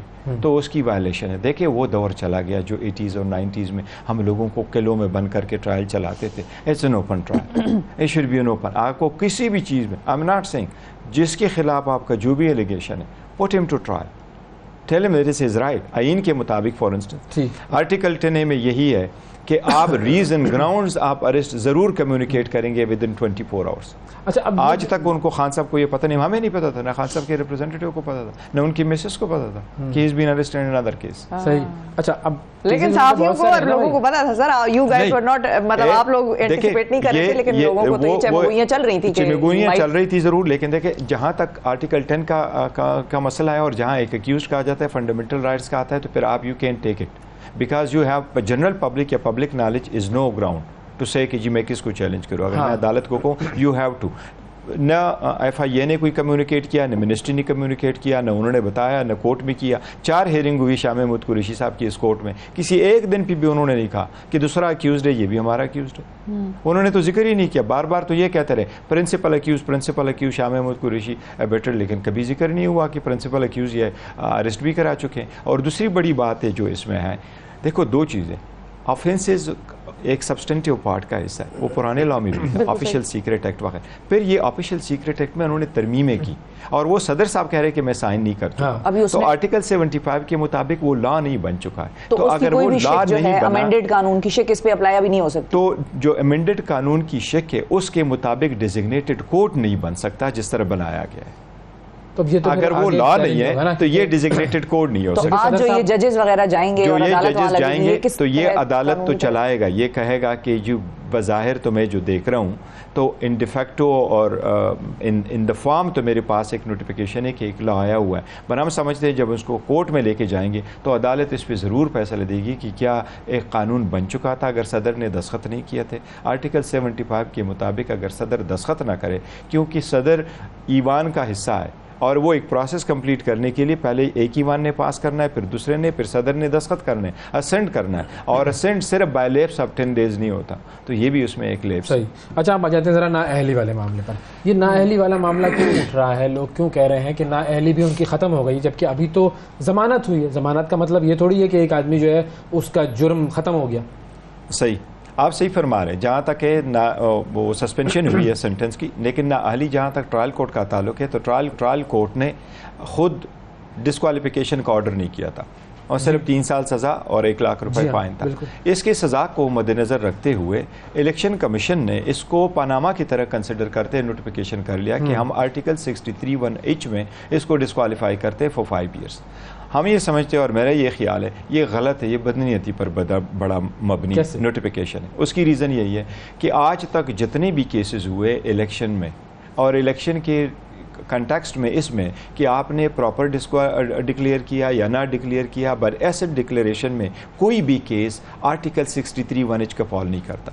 2010 से ये केसेस सारे चले आ रहे हैं, लेकिन कोई भी केस आर्टिकल 63(1)H में नहीं फॉल करता, क्योंकि ये मॉरल टर्पिट्यूड के केसेस नहीं है। For God sake make sense of this, they should never have been this notification. लेकिन जब तक सज़ा ख़त्म नहीं होगी, जब तक मुकम्मल तौर पर ये वर्डिक्ट नहीं आ जाता, वो कहते हैं ना वो Acquit ना हो, नहीं किया जाता है, Acquit, yes, तो सही जब तक वो ना हो उस वक्त तक तो नाअहली रहेगी। नहीं, मैं कहता हूँ जब तक वो एक्विटल कन्विक्शन का ये जो डिटेल ऑर्डर है, जजमेंट है, ये जजमेंट सेटिसाइड ना हो, तो आप ये कह सकते हैं कि कन्विक्शन इंटैक्ट है, या ये कह सकते हैं कि यस जजमेंट इंटैक्ट है और सेंटेंस वो सस्पेंडेड है। पर मैं कह रहा हूँ कि इवन अदरवाइज डिस्क्वालिफिकेशन लॉ में बाइफोरेशन ऑफ द लॉ डिस्क्वालिफिकेशन हो नहीं सकती। सपोज मुझे ट्रायल कोर्ट कन्विक्ट करता है और वो कहता है आपका चेक बाउंस हुआ है, I will be convicted, but it doesn't mean that I will be disqualified. बहुत सारे ऐसे हैं, वो आर्टिकल 62 में लिखा हुआ है कि दीज और ये एक और चीज अभी तो आप लोगों को थोड़ी जो डिस्काउंट मिला है वो ये मिला है कि 5 साल की नाअहली है। नून लीग वाले तो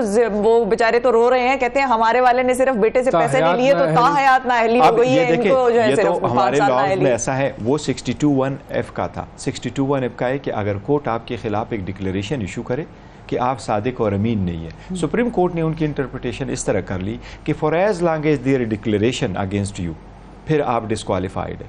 अब पार्लियामान ने लॉ पास करके ये कहा कि वट एवर इज, अगर कॉन्स्टिट्यूशन में उसका टाइम फ्रेम नहीं है, देन मैक्सिमम डिस्क्वालिफिकेशन 5 साल की होगी। लेकिन नवाज शरीफ वो नहीं था। लेकिन नवाज शरीफ को जो आड़े आएगा वो ये नहीं आएगा कि लॉ तो हो गया, वो 62(1)(f) से तो 5 साल में निकल जाएगा, लेकिन उसकी कन्विक्शन हो गई है दी सेक्शन 9 में, नेशनल अकाउंटेबिलिटी ऑर्डिनेंस में। सेक्शन 15 ये कहता है कि अगर आपको सेक्शन 9A में कन्विक्ट हो जाएं, फिर आप 10 साल के लिए डिस्क्वालिफाइड। और आर्टिकल 63(1)(p) ये कह रहा है कि किसी कानून के मुताबिक अगर डिस्क्वालिफिकेशन है फिर आप डिस्क्वालिफाइड है। जो मैं ये कह रहा हूँ कि ये जो सेक्शन 137 है उसमें डिस्क्वालिफिकेशन नहीं है, इसलिए हमारे आर्टिकल 63(1)(h) या f या p में वो नहीं हो सकता। अच्छा, फाइनली आता है साइफर पर। तो अभी जो साइफर वाला जो केस है, साइफर घुमाया तो है ना उन्होंने, खान साहब ने। देखिए, जो ISPR ने पहले भी प्रेस कॉन्फ्रेंस की थी, उन्होंने भी कहा था खान साहब ने जो लहराया था वो साइफर नहीं था। तो खान साहब ने क्या लहराया था फिर? और वो उन्होंने कहा था एक पेपर है, और खान साहब ने भी कहा कि ये तो मिनट्स है, ये तो साइफर जब आ जाता है तो ये फॉरेन ऑफिस के पास आता है और कोडेड होता है। तो जब आपके पास आ जाता है हो गया नहीं, देखो वो कॉपी अभी भी मौजूद है इसका। जो उस वक्त के वजीर दाखिला थे राना सनाउल्लाह, उन्होंने भी कहा था कि वो तो वहाँ मौजूद है, वो कहीं भी नहीं गया, साइफर कहीं गुम नहीं ऑफिस वाला जो आप जी यस पीएम नहीं, जो साइफर का जो मेन बेसिकली जिसको मैं साइफर कहता हूँ, जो साइफर है मोफा वर्जन, वो तो वहाँ मौजूद है। अब एक कॉपी आ जाती है और कॉपी ये कहते हैं एलिगेशन फॉर इंस्टेंस FIR में क्या लगा कि ये अनऑथराइज्ड इस्तेमाल हुआ है। आप खुद सोचें, अगर मेरा एम्बेसडर फॉरेन ऑफिस को कोडेड वर्ड में एक मैसेज भेजे और वो फॉरेन ऑफिस मिनिस्टर के पास आए, क्या फॉरेन मिनिस्टर की रिस्पांसिबिलिटी नहीं है कि वो प्राइम मिनिस्टर को इन्फॉर्म करे कि आपके मुल्क के खिलाफ कोई साजिश हो रही, भला ही वो गलत हो, लेकिन वो इन्फॉर्म कर ले। प्राइम मिनिस्टर की आईनी जिम्मेदारी है कि वो कैबिनेट के सामने रखे, और कैबिनेट की जिम्मेदारी थी कि उसके नेशनल सिक्योरिटी कमेटी में रखा, और नेशनल सिक्योरिटी कमेटी ने डिमार्च भी कराया, प्रोटेस्ट भी कराया, हुआ तो सब कुछ, ये तो सारा हुआ है। अगर ऐसा सारा हुआ तो जुर्म किस चीज़ का?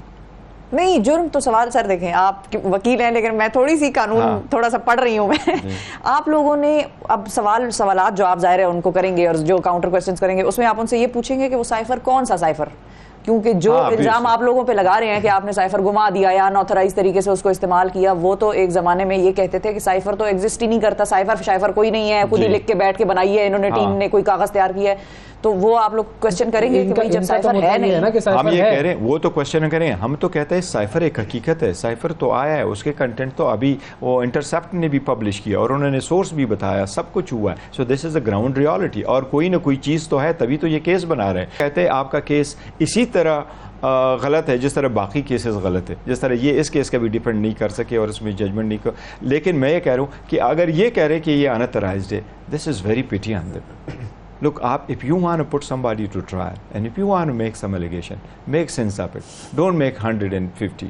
Make 10 or 5 or 6 if you can substantiate it, and that is the problem. एक बनाओ, पक्का बनाओ। ये खान साहब, मैं ये कह रहा हूँ कि अगर आपने कोई केस किसी के खिलाफ बनाना है तो देखो यही रीज़न है। देखो वो होता क्या है, we are sending the wrong signals. अगर मैं गलत केस बनाऊँ और उस पर कार्रवाई शुरू हो जाए, लेट्स सपोज सेशन जज, सिविल जज कोई गलत ऑर्डर पास करता है, हाई कोर्ट उसको सही ना देख ले, जल्दी में इग्नोर करे, नीचे रॉन्ग सिग्नल चला गया, मेरा ऑर्डर तो ठीक सही, बिल्कुल। इसी तरह से लोगों को फंडामेंटल राइट से, देखो कोई भी हो। वैसे जनरली आपने पूछा खान साहब से कि वो घुमा कहाँ?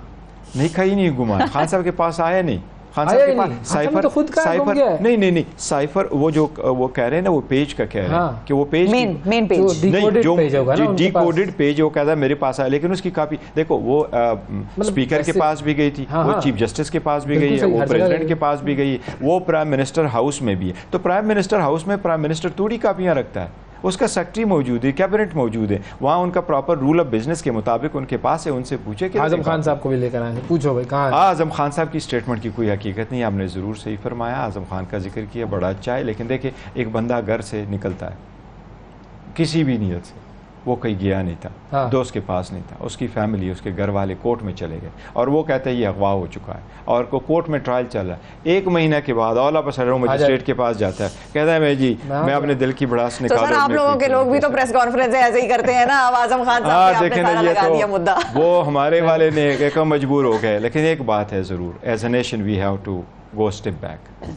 अगर हम जाते we have to go for reconciliation, let's go for this, bring it to an end, इसकी एक क्लोजर होनी चाहिए, लेट्स मूव फॉरवर्ड। डॉलर का फ्री फॉल देखो, रुपए का फ्री फॉल देखो। हाँ, अब overall अगर free लोग fall चल इतने रहा है, सर। अगर आप लोग देखें तो लोग तालीम वगैरह से चले गए सारे, इस तरफ चल पड़े। थैंक यू जी, बहुत बहुत शुक्रिया शुक्रिया बैरिस्टर गौर साहब, नाज़रीन हमारे साथ लेते मौजूद हैं, थे। वक्फे के बाद दोबारा हाजिर होंगे। सुबह सवेरे पाकिस्तान, सुबह सवेरे पाकिस्तान, सुबह सवेरे पाकिस्तान।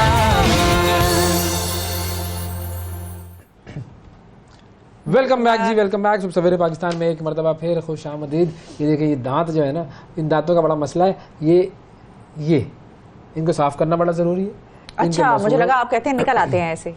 क्या आ गए? मुझे लगा आप कहते हैं इनका मसला ये है कि ये निकल आते हैं ऐसे। निकल तो अक्सर जाते हैं, लोग कहते हैं कि भाई बात बात पर दांत ना निकाला करो, लेकिन दांत अच्छे हों, साफ सुथरे हों, मसूड़े सेहतमंद हो, इसका फॉर्मूला क्या है? डॉक्टर सिद्रा शीरी हमारे साथ मौजूद हैं, डेंटल सर्जन। अस्सलाम वालेकुम, वालेकुम अस्सलाम। कैसी हैं जी? अल्हम्दुलिल्लाह, आप सब ठीक कैसे हैं? बिल्कुल ठीक। हमारे दांतों का मसला कुछ हल करें आप। एक तो ये कि मसूड़ों से खून आना शुरू हो जाता है अक्सर औकात, कुछ दिन के बाद, मतलब महीने 1.5 महीने बाद आप ब्रश करें तो आपको लगता है कि एक मसूड़ा कोई ऐसा है जिसके ऊपर ब्रश जब लगता है ज्यादा तो उसमें तकलीफ भी होती है। तकलीफ होती है और फिर कभी खून वून निकलता है। ठीक है, मैं यही कहना चाहूँगी कि दांतों की सफाई बहुत इंपॉर्टेंट है। जैसे सफाई निस्फ ईमान है, हम मुंह की सफाई का ख्याल नहीं रख पाते, तो हमें सबसे ज़्यादा मुंह की सफाई का ख्याल रखना होता है। हमारी जिस्मानी सफाई से भी ये ज़्यादा इम्पॉर्टेंट है। ये ऐसे जैसे गेटवे है हमारी पूरी बॉडी का, हम कुछ भी खा रहे हैं, पी रहे हैं, वो हमारे मुंह के ज़रिए होता हुआ हमारे जिस्म का हिस्सा बन रहा है। तो हम मुंह की सफाई का ख्याल जो है वो कहीं ना कहीं कॉम्प्रोमाइज़ हो रहा है। हम घर की सफाई का ख्याल रख लेते हैं, अपनी वैसे जिस्मानी सफाई का ख्याल रख लेते हैं, लेकिन मुंह की सफाई कहीं ना कहीं कॉम्प्रोमाइज़ हो जाती है। तो ये कि सफाई अगर आपकी प्रॉपर हो, ब्रशिंग टेक्निक्स आपकी प्रॉपर हो, तो ऐसे मसले होंगे ही नहीं। तो ये जो मसूड़ों से खून आना शुरू होता है, क्या ये इस वजह से होता है कि बिल्कुल हमने इस ब्रश वजह से सही नहीं होता किया या कोई और रूट या ज्यादा जोर से कर दिया, या आपने ब्रश सही नहीं किया, जो फूड पार्टिकल्स थे वो वहां पे ही रहे, उन्होंने इन्फेक्शन कॉज किया, बैक्टीरिया आया, उसने फूड को डिके किया, टॉक्सिन्स रिलीज किए, वो आपके मसूड़े को टॉक्सिन्स अफेक्ट कर रहे हैं और आपका मसूड़ा खराब हो रहा है। ओके। और इसके अलावा कोई और रीजन होता है जिससे मसूड़े खराब हो सकते हैं? हाँ, विटामिन सी की कमी हो तब मसूड़े खराब हो सकते हैं। बहुत से रीजंस हैं, लेकिन मोस्ट कॉमनली ये रीजन है। बहुत सी बीमारियां ऐसी हैं कि अगर वो बीमारियां लाहक हो जाएं तो मसूड़ों में भी नजर आना शुरू हो जाता है कि मसूड़े फूलने शुरू हो गए हैं, जरूरत से ज्यादा बड़े हो गए हैं, हाँ। खून आना शुरू हो गया है, काले वो ज्यादा हो गए हैं। काले होना इस मेलानिन उसमें अच्छा, ठीक है। डिपोजिशन है, वो डिफरेंट एक चीज ठीक है। है। लेकिन खून आना, इन्फेक्शन होना, फूल जाना, ये सब चीजें जो हैं ज्यादातर ब्रश से? मोस्ट कॉमनली इसी वजह से होती है कि ब्रशिंग टेक्निक्स प्रॉपर नहीं है। लोग कुछ वो तो ब्रश करते ही नहीं है, जो कर रहे हैं वो प्रॉपर टेक्निक से नहीं कर रहे। अगर प्रॉपर टेक्निक से ब्रश वो नहीं हो रहा, टेक्निक क्या है? टेक्निक यही है कि आपने 2 मरतबा लाजमी दिन में ब्रश करना है, खास तौर पर रात को सोने से पहले और सुबह नाश्ते के बाद। ठीक है, नाश्ते ठीक के है? बाद? नाश्ते के बाद। तो सुबह हम तो सारी जिंदगी नाश्ते से पहले करते हैं। रात को सोने से पहले अगर आप करेंगे तो सुबह Best कुल्ली है। करके नाश्ता करें Okay. हाँ। और फिर अपना ब्रश करें, ताकि पूरा दिन आपका मुंह साफ रहे और आपके फूड पार्टिकल्स मुंह में नहीं होंगे, बैक्टीरिया को चांस नहीं मिलेगा कि वो उस पर आए और टॉक्सिन्स रिलीज करे। ठीक है। ठीक है। 2 कितनी देर तक ब्रश करना होता है? कुछ 2 लोगों ने से आगे 3 घड़ी मिनट। लगाई हुई है, 2 बिल्कुल मिनट लगानी की। चाहिए। अच्छा, 2 सही से है। 3 मिनट तक लाजमी ब्रश करें। ओके। और ब्रश सबसे नरम वाला ब्रश ले लें, नरम हाथ से, Soft bristles। सॉफ्ट ब्रिस्टल्स वाला, और नरम हाथ से, कोई बहुत ज़ोर ज़ोर से मारने की ज़रूरत नहीं है। लोग होते हैं बहुत ज़ोर ज़ोर से ब्रश किया और बस ठीक काम ख़त्म, ऐसे नहीं। बहुत नरम वाला ब्रश लें और 2 से 3 मिनट तक आप उसको गोल गोल घुमाएं और हर अतराफ साफ करें दांतों की, अंदर बाहर ऊपर नीचे हर तरफ से साफ करें। और सामने वाले दांतों के लिए जरूरी है कि आप ऊपर वाले दांत ऊपर से लेके नीचे तक साफ करें। उसको स्ट्रोक्स जो है मूवमेंट वर्टिकल दे दें, ऊपर से नीचे तक ऊपर वाले दांतों के लिए और नीचे वाले दांतों के लिए नीचे से ऊपर तक। तो इससे ये होगा कि वो जो ब्रिस्टल्स है आपके मसूड़न में भी जाकर उसमें से भी गंद निकालेंगे। वो जो फ्लॉस होता है एक वो धागा सा, वो किसी काम का होता है? बिल्कुल होता है, फ्लॉस करना चाहिए। उससे दांतों में वो सुराख नहीं हो जाते, कोई जगह बन जाती है? धागा नहीं इस्तेमाल करना चाहिए, प्रॉपर फ्लॉस इस्तेमाल करेंगे, उससे ऐसा नहीं होगा। अच्छा, ठीक है। अच्छा, एक और चीज भी बताइए कि अक्सर लोग ब्रश करते हैं, बड़ा रेगुलरली भी करते हैं, 2 मिनट 2.5 मिनट वाला सिलसिला करते हैं, लेकिन वो सामने सामने करते हैं। पीछे की तरफ जब वो मारने की कोशिश कर रहे होते हैं मोशन, तो वो उनसे होता नहीं है और आफ्टर अ व्हाइल वो देखते हैं और ये बहुत कॉमन है कि पीछे प्लाक जमना शुरू हो जाता है ये लोग। हाँ, तो ये इसका क्या इलाज है? इसका इलाज स्केलिंग है। हर साल में 1 दफा हर बंदे को स्केलिंग करानी चाहिए। तो उससे एनामल नहीं उतर जाता आपके दांतों? बिल्कुल भी नहीं उतरता। वो सिर्फ एक वाटर जेट है जिससे वो आपका ऊपर का प्लाक, कैलकुलस वो रिमूव हो रहा है। आपका एनामल बिल्कुल भी स्क्रैच नहीं आता, शाइन नहीं जाती, बाद में पॉलिशिंग हो जाती है, शाइन प्रॉपर आ जाती है। ठीक है, यानी हर साल एक मरतबा बच्चों के लिए भी? बच्चों के लिए भी साल में 1 दफा लाजमी स्केलिंग करानी चाहिए। मैं अपनी 1 दफा जरूर करवाती हूँ साल में। आप डेंटिस्ट हैं, हमें भी करवानी पड़ेगी।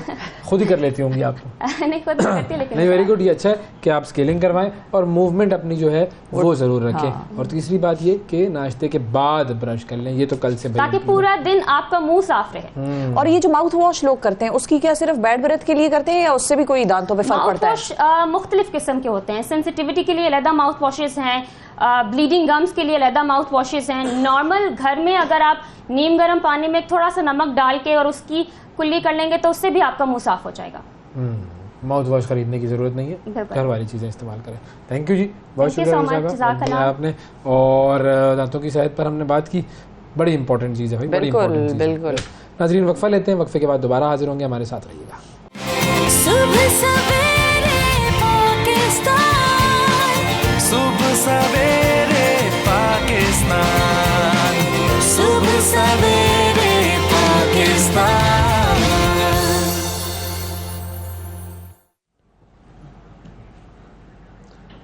वेलकम बैक जी, सुबह सवेरे पाकिस्तान में एक मरतबा फिर खुश आमदीद। ये जो हम पाकिस्तानी है ना, हमारा एक मसला है, मतलब एक मसला ये भी है, मसाइल बहुत सारे हैं लेकिन एक मसला ये भी है, ये तो हमने क्रिएट किया हुआ है कि हम खुद। हाँ, ये तो अच्छी खासी ठीक हो सकती है प्रॉब्लम, हमने जानबूझ के क्रिएट किया हुआ ये मसला। और वो मसला क्या है? गंदगी का। हम खुद जिन इलाकों में रहते हैं उन्हें गंदा करते हैं। उसके बाद हमारे जो सफाई के इदारे हैं वो भी आप सब जानते हैं कि वो किस तरह काम करते हैं। और फिर जब ये दोनों मामलात कंबाइन हो जाते हैं, कपल्ड हो जाते हैं, तो फिर मामला ये हो जाता है जो हमें हमारे नुमाइंदे साजिद शेख साहब बता रहे हैं। जी साजिद साहब, बताइए कहाँ मौजूद हैं और ये कचरे की सूरत हाल क्या है? हाँ जी, देखें, इस वक्त हम रावलपिंडी की यूनियन कौंसिल बग्गा शेखा में लोसर शरफू जो कि डंपिंग साइट बनाई गई है रावलपिंडी की तरफ से, यहाँ पर मौजूद हैं। और मेरे एतराफ़ जो है देखा जा सकता है कि कचरे की इतनी बड़ी मिकदार मौजूद है। कचरा कुंडी यहाँ पर बनाई गई है, ना सिर्फ RWMC कंटोनमेंट्स की जो कचरा जितना भी है, और उसके अलावा मरीका और दीगर हमने देखा कि मुख्तलिफ एरियाज़ का कचरा सारा यहाँ पर डंप किया जाता है। अब इसके नुकसानात क्या हैं और इससे किस किस्म के मसाइल पैदा हो रहे हैं, उसके लिए हम यहाँ पर मरूफ समाजी शख्सियत हैं सैयद फयाज शाह गिलानी साहब, उनसे बात करेंगे। आप क्या कहेंगे फयाज शाह साहब, आप किस किस्म की मुश्किलात हैं, कितने टाइम से कचरा कुंडी बनी हुई है और क्या आप समझते हैं कि हेल्थ के हवाले से क्या इशूज़ आ रहे हैं? सबसे पहले जी आपका बहुत शुक्रिया, आप यहाँ पे तशरीफ़ लेके आए। ये सर तकरीबन 16-17 साल से ज़्यादा हो गया है इसको, और जो इन्होंने एहतियाती तदाबीर की हैं आपके सामने।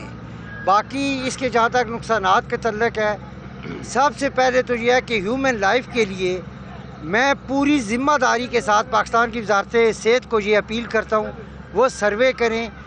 इस तकरीबन 2-2.5 लाख के करीब आबादी में हर दूसरा बंदा हेपेटाइटिस का मरीज़ है, हर दूसरा बंदा स्किन डिजीज़ का शिकार है, आँखों की बीमारियाँ बढ़ रही हैं बच्चों में, ख़वातीन में। उसके बाद ये हमारे जानवर यहाँ पे आ जाते हैं क्योंकि यहाँ पे कोई हिफाजती इंतज़ाम नहीं है। इन्हीं का दूध शहरों में भी सप्लाई होता है और जो वो अपने साथ यकीनन बीमारियाँ लेके जाता है। हम बारहा एहतजाज कर चुके हैं, बारहा इंतज़ामिया को मुतवज्जो कर चुके हैं। CDA के दबाव पे, CDA की लालच पे अब यहाँ से 1200 कनाल और वो ले रहे हैं। और इस यूनियन कौंसिल बग्गा शेखां, कल्याम, झट्टा और बसाली की जो आबादी है, ये अगले 50 साल तक मज़ीद वो ये चाहते हैं कि बीमारियों में रहे। आपने इसके खिलाफ जो कानूनी तौर पे आवाज़ उठाई है वो कहाँ तक गई है? कोई अदालत तक भी आप गए? क्या ऑर्डर्स जारी हुए थे और उसके बाद फिर इंतज़ामिया ने उसके ऊपर क्या इम्प्लीमेंट किया? इसके लिए हमने पंजाब हाई कोर्ट में इसको जब चैलेंज किया तो हाई कोर्ट ने कमिश्नर रावलपिंडी को ये ऑर्डर किया, इंस्ट्रक्शन दी कि आप इनके जो लोकल कम्युनिटी है उनको सुने और उनके मसाइल हल करें। कमिश्नर साहब ने अपने जुडिशल इख्तियार के तहत बाकायदा अदालत लगाई, वहाँ पे हम पेश हुए, पिंडी वेस्ट मैनेजमेंट वाले भी आए, पिंडी की इंतज़ामिया भी आई और कमिश्नर साहब ने ये फ़ैसला दिया कि जो लोकल कम्युनिटी के ग्रीवेंस हैं वो बिल्कुल जायज़ हैं, जस्टिफाइबल हैं, आप एज़ क्विक एज़ पॉसिबल यहाँ से जाएं। उसके साथ पिंडी वेस्ट मैनेजमेंट ने रावलपिंडी के डिप्टी कमिश्नर के दफ्तर में बैठ के हमें एक बाय रिटन अंडरटेकिंग दी कि हम विद इन 5 मंथ यहाँ से गुजर खान चले जा रहे हैं। ये थे जी फयाज शाह साहब और इनका कहना ये है, बहुत ज़्यादा तहफ़्फ़ुज़ात हैं इनके और इनका कहना ये है कि 2005 से ये लोसर शरफू में कचरा कुंडी जो है उसको कायम किया गया था, ताहाल ये अभी तक यहाँ पर कायम है। और इस वक्त सबसे बड़ा इनका मुतालबा ये है कि ना सिर्फ इसको ख़त्म किया जाए बल्कि जो CDA को 1200 कनाल जगह दी जा रही है यहीं पर इसके साथ ही बिल्कुल मुतसिल इसके साथ, तो उसको वो किसी सूरत नहीं मानते और अगर इस तरह किया गया तो भरपूर किस्म का एहतजाज भी किया जाएगा और उसको हर मुमकिन कोशिश की जाएगी कि उसको किसी तरीके से रोका जा सके। जी बहुत शुक्रिया साजिद शेख साहब, आप हमें सूरत हाल से आगाह कर रहे थे। लोथर के मकाम पर ये जो एक कचरा डंप करने की जगह बनाई गई कि अब एक और मामले की तरफ बढ़ते हैं और ये मामला है एक आपको माजी की तरफ लेकर जाते हैं और वो माजी हमें कुछ इतना अच्छा वाक़या तो नहीं है, एक ज़्यादती का वाक़या था जो कि पेश आया था मोटरवे पर एक खातून के साथ और पूरी पाकिस्तानी कौम की इज्तिमाई याददाश्त पर यह वाक़या एक बहुत ही नेगेटिव तरीके से नक्श हुआ। और अब क्या हो रहा है? बिल्कुल, इस वाक़े के मुतालिक एक निजी TV चैनल ने ड्रामा सीरियल बना दिया है। गुज़िश्ता दिनों ज़्यादती का शिकार होने वाली खातून ने मारूफ सहाफ़ी फ़रिया इदरीस से रब्ता करके उनको बताया और वो शदीद कर्ब में थी, तकलीफ़ में थी। जो फ़रिया इदरीस साहिबा ने ट्वीट्स भी की और उन्होंने इस वाक़े से सबको आगाह किया कि भाई वो खातून और उसकी फ़ैमिली किस तकलीफ़ से गुजर रही है। और एक चीज़ जो इस वाक़े में एक चीज़ जो पॉजिटिव हमने की, हम सब ने मिल के की, उसमें हम सब का थोड़ा थोड़ा किरदार है, वो ये था कि इस केस में इस खातून की, इनके ख़ानदान की किसी तरीके से आइडेंटिटी सामने नहीं आने दी गई। सब ने बड़ा जिम्मेदारी का मुजाहरा किया और उसकी वजह ये थी कि ये अपने घर वालों के साथ अपनी ज़िंदगी को वापस नॉर्मलाइज कर सकें, ये उस ट्रॉमा से निकल के एक नॉर्मल ज़िंदगी गुजार सकें। क्योंकि तकलीफ़ देने वाले ने ये नहीं सोचा कि वो मतलब इनको तकलीफ तो दे रहा है, लेकिन ये है कि वो जो कहते हैं ना, वो जो एक टैबू सब्जेक्ट है, जिंदगी का एक ट्रॉमा तो है ही। बिल्कुल। अब जब आप अपनी ज़िंदगी सही तरीके से गुजारना चाहते हैं तो फिर एक ड्रामा आता है और वो ड्रामा आपकी ज़िंदगी में दोबारा से वही सारी यादें लेकर आता है। और जाहिर है उस खातून के बहुत सारे रिश्तेदारों को, जानने वालों को तो पता ही होगा कि ये क्या हुआ, तो वो सब उस ड्रामे को देखकर वो कहते हैं ना, reliving the moment in a negative sense, वो हो रहा है। बिल्कुल। और इसमें एक और प्रॉब्लम ये है कि इस रेप के केस में उस खातून के बच्चे उनके साथ थे उस वक्त गाड़ी में। जाहिर है उन बच्चों ने भी वो सारा खौफ, वो एक अजीब व गरीब जो दहशत थी, वो सारी चीज़ उन्होंने भी उस वक्त फेस की और उन्होंने भी वो देखी, अपनी माँ की तकलीफ भी देखी, बच्चे भी किस ट्रॉमा से गुजरे होंगे, हम सब इस चीज़ का अंदाज़ा भी शायद नहीं लगा सकते। वो बच्चे भी अब इस ड्रामे को अगर देख रहे हैं या इसका नाम उनके सामने आ रहा है, उनको पता चल रहा है भाई उनकी माँ पे ड्रामा बनाया है बगैर कंसेंट के, बगैर परमिशन के।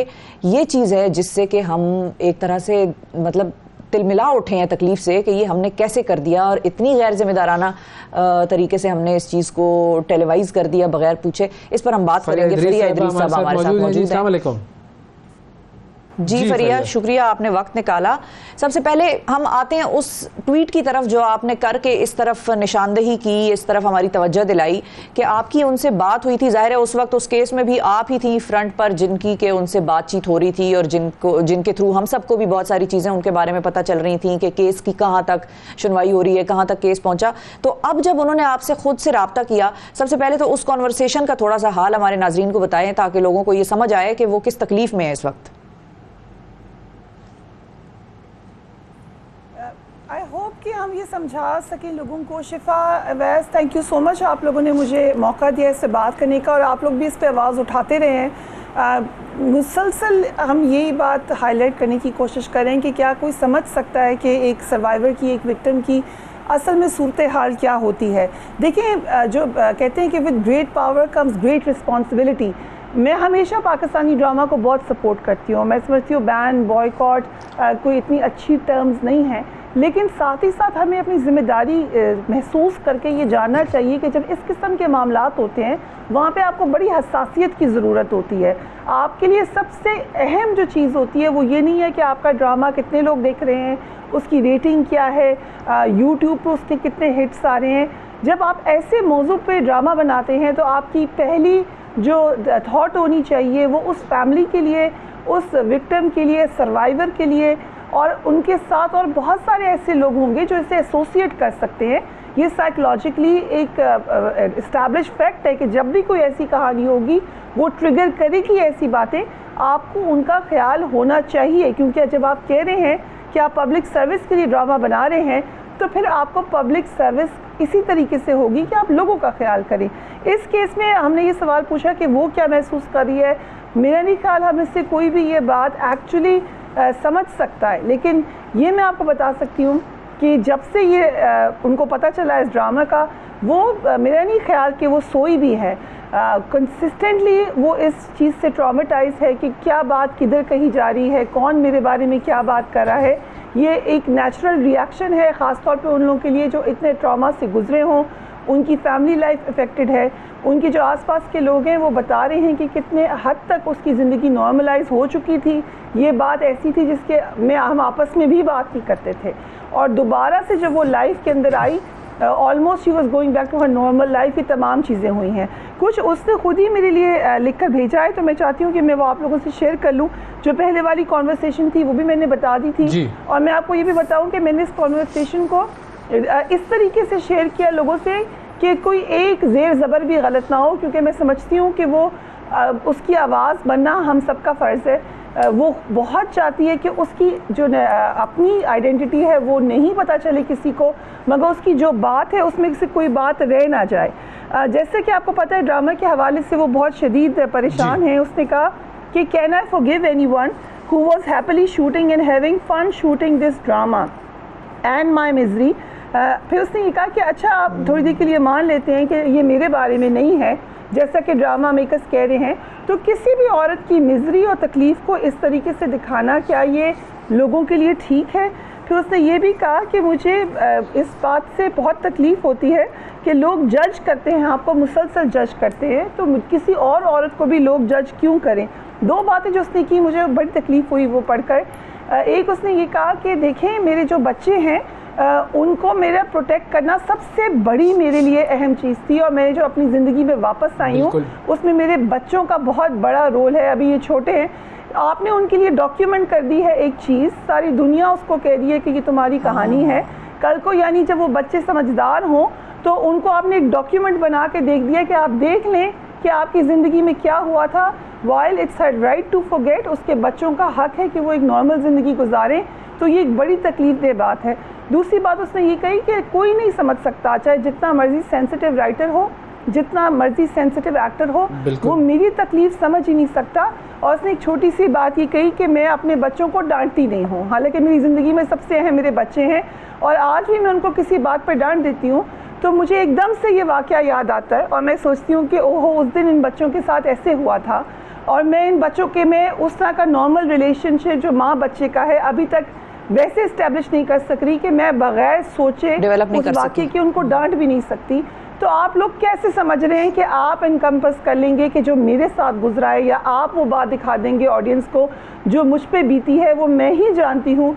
और अगेन इस बातों के अलावा जो एक और बात उसने मुझे की, उसने कहा कि आपको पता है कि मैंने तो अपने आप से भी छुपाया था कि मेरा रेप हुआ है। मैंने तो ये बात आसपास के लोगों को नहीं बताई थी, क्योंकि मुझे पता भी था इन लोगों को पता है, लेकिन मैंने एक भरम में नहीं ये बात की थी।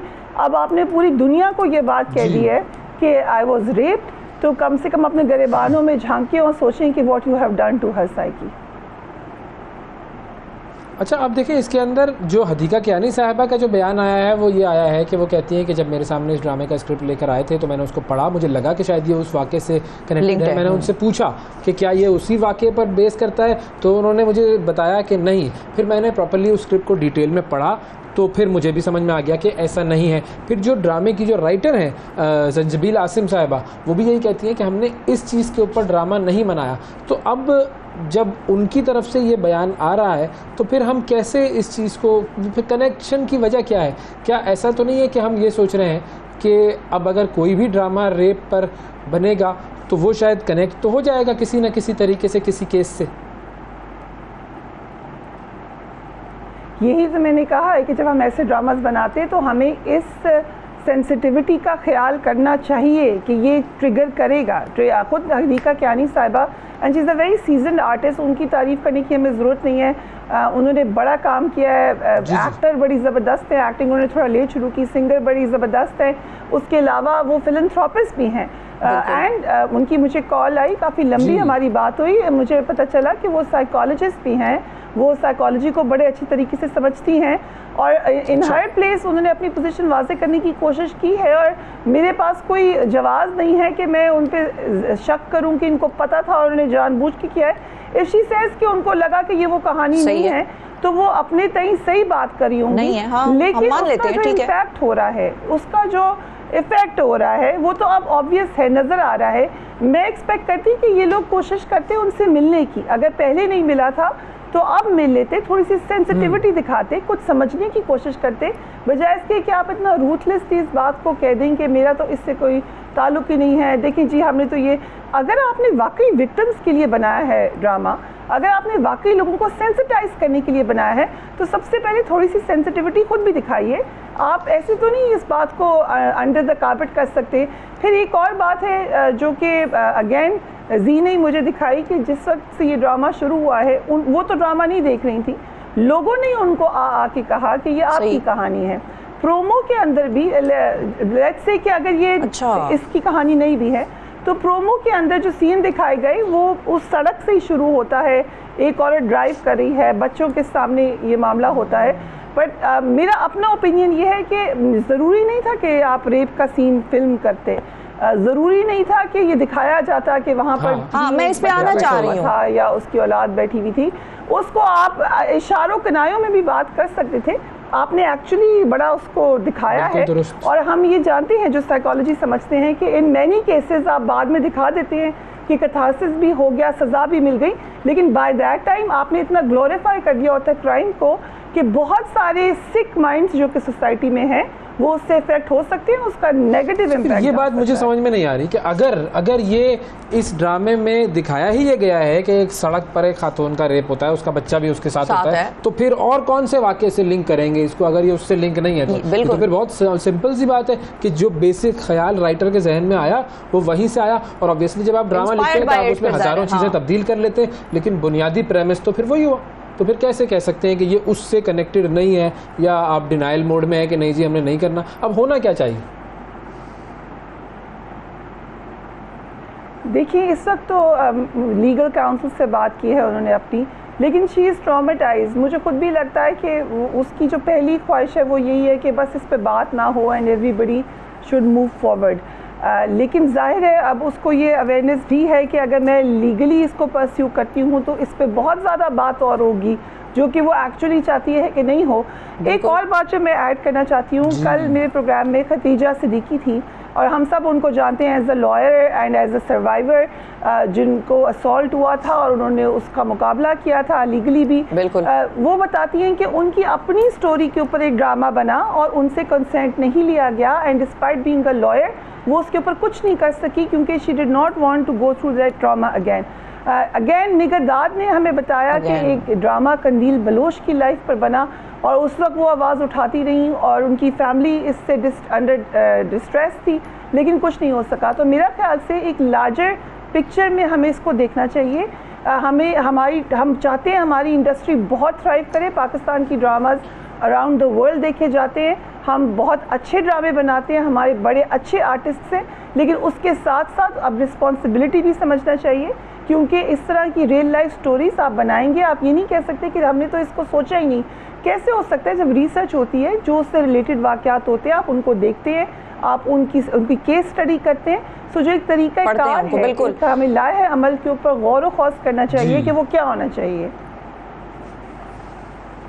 अच्छा फरीहा, जाहिर है मैं आपकी इसी सारी ट्वीट्स का हम बड़ी देर पढ़ते रहे। नादिया जमील साहिबा ने अपना जो है एक स्टोरी शेयर की और उन्होंने कहा कि बतौर अगर मैं सेक्सुअल अब्यूज़ विक्टिम के तौर पर अगर इस चीज़ को देख रही हूँ तो मैं भी इंतहाई डिस्टर्ब्ड हूँ इस चीज़ से। मतलब ये तो खैर हर जिस औरत के साथ कुछ इस किस्म का मामला हुआ है वो सब ये इससे कहीं ना कहीं अपने उस वाक़े की तरफ वापस चली जाएंगी।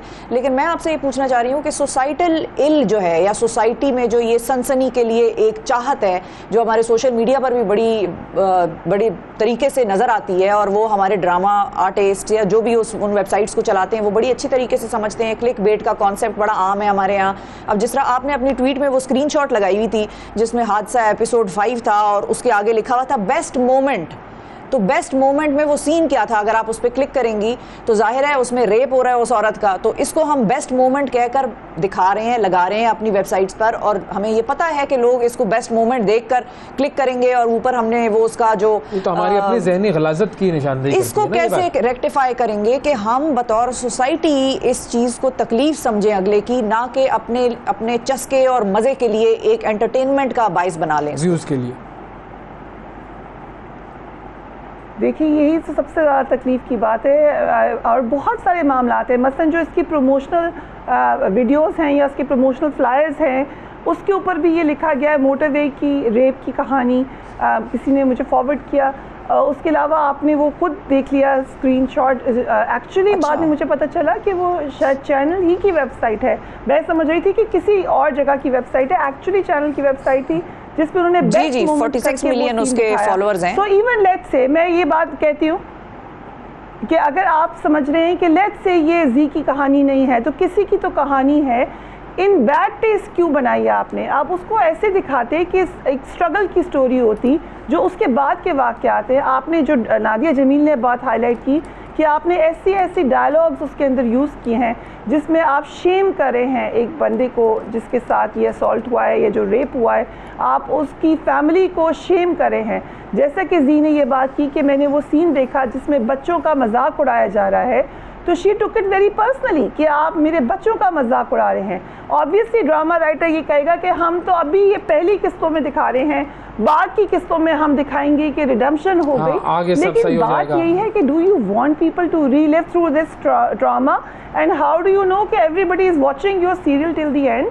तो आपको ये ख्याल करना चाहिए कि जो चीज़ आप दिखा रहे हैं बेस्ट मोमेंट करके अगर आप रेप का सीन दिखा रहे हैं। और कुछ बातें मैं आपको बता दूं जो हमने सवाल किया कि हाउ कैन यू प्रूव ये उसका ड्रामा है। देखें यूं तो आपने हार्टलेस होके हमने चले जाना है तो बहुत सारी बातें किसी ने नहीं माना, लेकिन कुछ प्राइवेट बातें हैं जो मुझे पता है और मेरे पास अमानत है जी की, जो कि इस ड्रामा में दिखाई गई हैं और जो कि उनकी लाइफ की हैं। बहुत सारी इसमें ऐसी मामलात हैं। सो ये इतना सिंपल नहीं है। जो जगह है इट्स रिमार्केबली सिमिलर जहाँ पे ये वाक़या हुआ है। एंड क्वेश्चन यही है कि did we have to show all of this? Maybe यही बात किसी बहुत बेहतर पैराए में भी हो सकती थी, लेकिन अगर आप प्रोमो में ही रेप का सीन दिखाएंगे, आप बेस्ट मोमेंट में रेप का सीन दिखाएंगे, तो then I am so sorry, then we have to think कि ये एजुकेशनल नहीं है। You are using rape for entertainment. बिल्कुल सही फरमाया आपने। फरिया इदरीस साहिबा हमारे साथ मौजूद थी। हमें ये देखना है कि हम जो कि मीडिया पर काम कर रहे होते हैं या मीडिया बना रहे होते हैं, ये जिम्मेदारी का काम है। बिल्कुल, उससे सोसाइटी तश्कील दी जा रही होती है कि बस हमने कर दिया और आज हुआ और कल हम भूल गए। ये काम इसलिए होता है कि आप बहुत कुछ सिखाना चाह रहे होते हैं सोसाइटी को एक तरफ लेकर जाना चाह रहे होते हैं, और अगर आप एंटरटेनमेंट में और सोशल रिस्पॉन्सिबिलिटी में फ़र्क नहीं कर सकते तो फिर ये काम सही तरीके से कभी भी नहीं हो सकता। वक्फा लेते हैं, वक्फे के बाद दोबारा हाजिर होते हैं। सुबह सवेरे पाकिस्तान, सुबह सवेरे पाकिस्तान, सुबह सवेरे पाकिस्तान। आ जाए ना, आ जाए। वेलकम बैक जी। क्रिकेट की तरफ चलते हैं और देखें शिफा की एक्साइटमेंट से आपको अंदाजा हो रहा है कितनी ज़्यादा वो आज के मैच के लिए एक्साइटेड हैं। पाकिस्तान बमुकाबला नेपाल का मुकाबला, और एशिया कप शुरू हो रहा है। बहुत सारी कंट्रोवर्सीज थी शुरू में, आगाज़ में, कहाँ होगा कहाँ नहीं होगा, पाकिस्तान में होगा, दुबई में होगा, इंग्लैंड में होगा, और फिर आखिरकार कुराए फाल निकला श्रीलंका पर, और श्रीलंका फिर ये मैच मुंतकिल हुए। लेकिन होस्ट नेशन पाकिस्तान है, लेकिन हमारे पड़ोसी मुल्क और हमारे कॉम्पिटिटर मुल्क भारत की जो एक जिसको कहते हैं ना हठधर्मी, उसकी वजह से ये मुकाबला जो है वो पाकिस्तान से शिफ्ट होकर श्रीलंका शिफ्ट हुआ। तो सारे बड़े मैचेस जो हैं वो यहाँ पर होंगे। हमारे साथ मौजूद हैं पाकिस्तान के लेजेंडरी फॉर्मर जनाब वसीम बारी साहब। अस्सलाम वालेकुम। वालेकुम सलाम।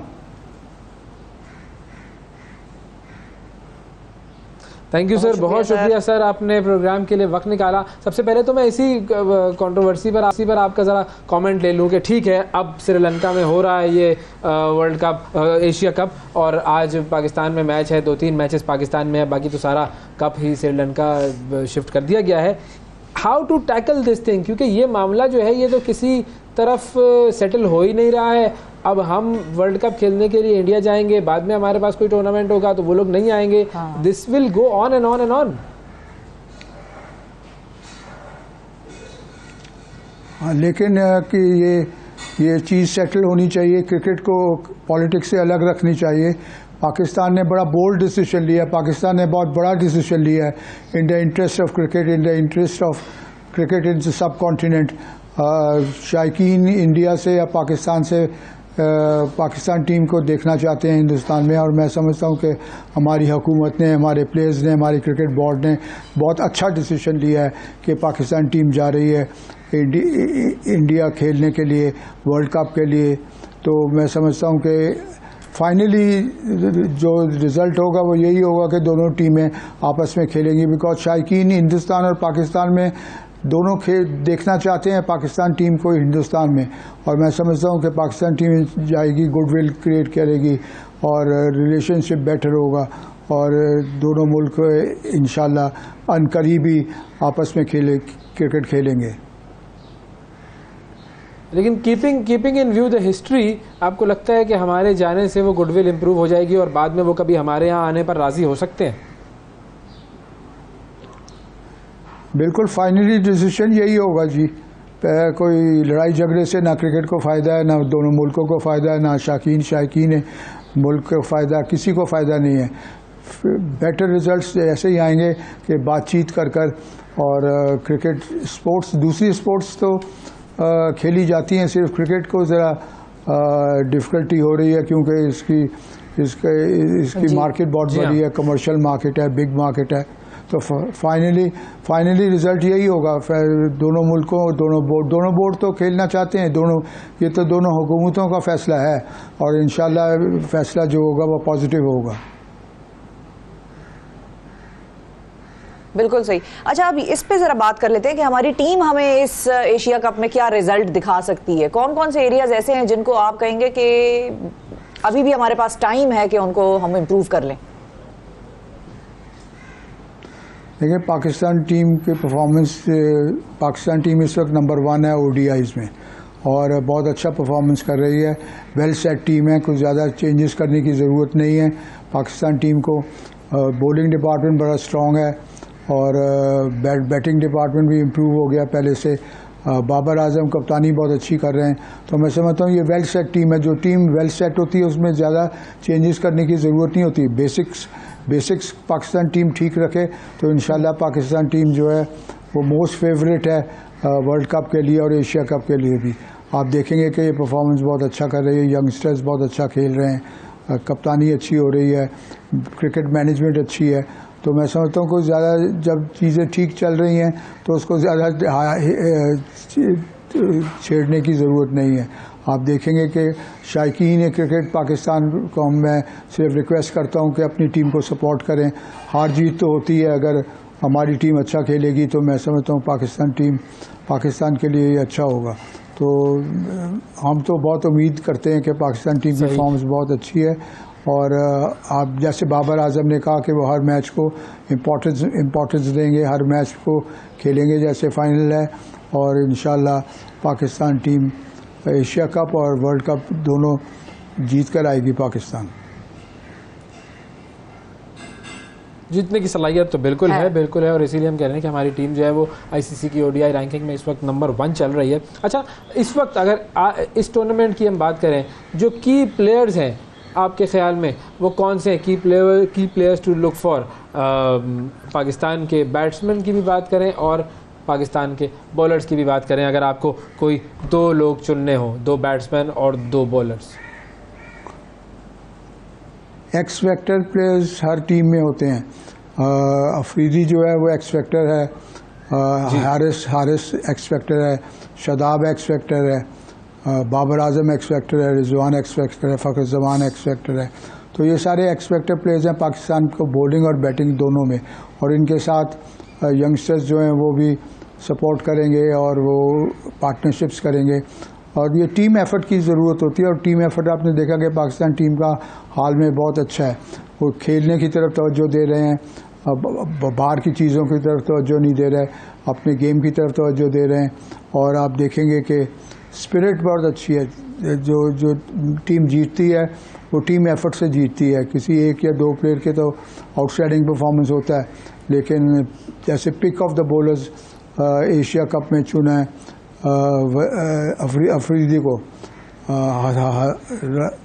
हारिस भी कुछ अफरीदी से पीछे नहीं है, डेथ ओवर्स में बड़े अच्छी गेंद करते हैं।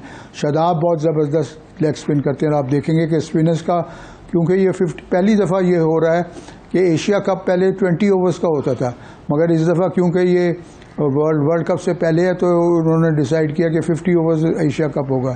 ये ट्रायल टूर्नामेंट होगा वर्ल्ड कप से पहले, तो 50 ओवर्स में spinners also play a very important role. और शादाब जो लेग स्पिनर हैं, रिस्ट स्पिन हैं, आप देखेंगे कि वो बड़ा इंपॉर्टेंट रोल प्ले करेंगे। बैटिंग भी अच्छी कर रहे हैं और आउटस्टैंडिंग एक्स फैक्टर प्लेयर है, फील्डिंग भी बड़ी ज़बरदस्त कर रहे हैं। तो पाकिस्तान की टीम वेल बैलेंस्ड है। बिल्कुल, अच्छा बैलेंस है बिल्कुल, और एक्स फैक्टर प्लेयर्स भी मौजूद हैं। एक चीज़ जो कि पाकिस्तान और अफगानिस्तान के मैचेस देख के मुझे अंदाज़ा हुआ, जो पहला मैच था हमारा, हम 201 रन बना सके। अफगानिस्तान की बॉलिंग अटैक ठीक है, अच्छा एक बॉलिंग अटैक है, लेकिन पाकिस्तान का बैटिंग जो नंबर 8 तक जा रही है, तो नंबर 8 तक जाने के बाद हम बनाते हैं 200, फिर उसके बाद अगले मैच में हम 300 तक पहुंच जाते हैं। तो अगर हम अफगानिस्तान के साथ एक मैच में 200 बनाते हैं तो ये कोई रेड फ्लैग रेज तो नहीं करता? क्योंकि अब हमारा आज का मुकाबला तो खैर नेपाल से है, विच इज़ ऑल्सो ऑब्वियसली, चूंकि एशिया कप में वो टीम आई है तो कुछ ना कुछ उसकी परफॉर्मेंस ऐसी है कि वो इस काबिल हुए हैं कि यहाँ पहुँचे। लेकिन coming to the big match, again India होगा या बाकी ममालिक होंगे, तो हम ये जो 200 वाली चीज़ है उसको जस्टिफाई नहीं कर सकेंगे। ये बात सही है कि देखिए, लेकिन आपको क्रेडिट देना पड़ेगा कि Afghanistan is a must improve side.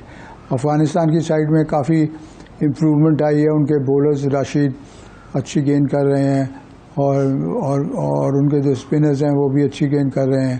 तो थोड़ा सा आपको क्रेडिट अफ़गानिस्तान को देना चाहिए कि शॉर्ट फॉर्म में वो परफॉर्मेंस अच्छी करते हैं। लेकिन अगर जैसे 200 रन्स पाकिस्तान ने किए हैं तो पाकिस्तान ने दूसरी टीम को 70 रन में आउट भी तो कर दिया। तो ये पाकिस्तान टीम ऐसी है कि जो अगर रन्स कम करते हैं तो उनके में कैपेबिलिटी है कि दूसरी टीम को वो जल्दी आउट कर लेते हैं।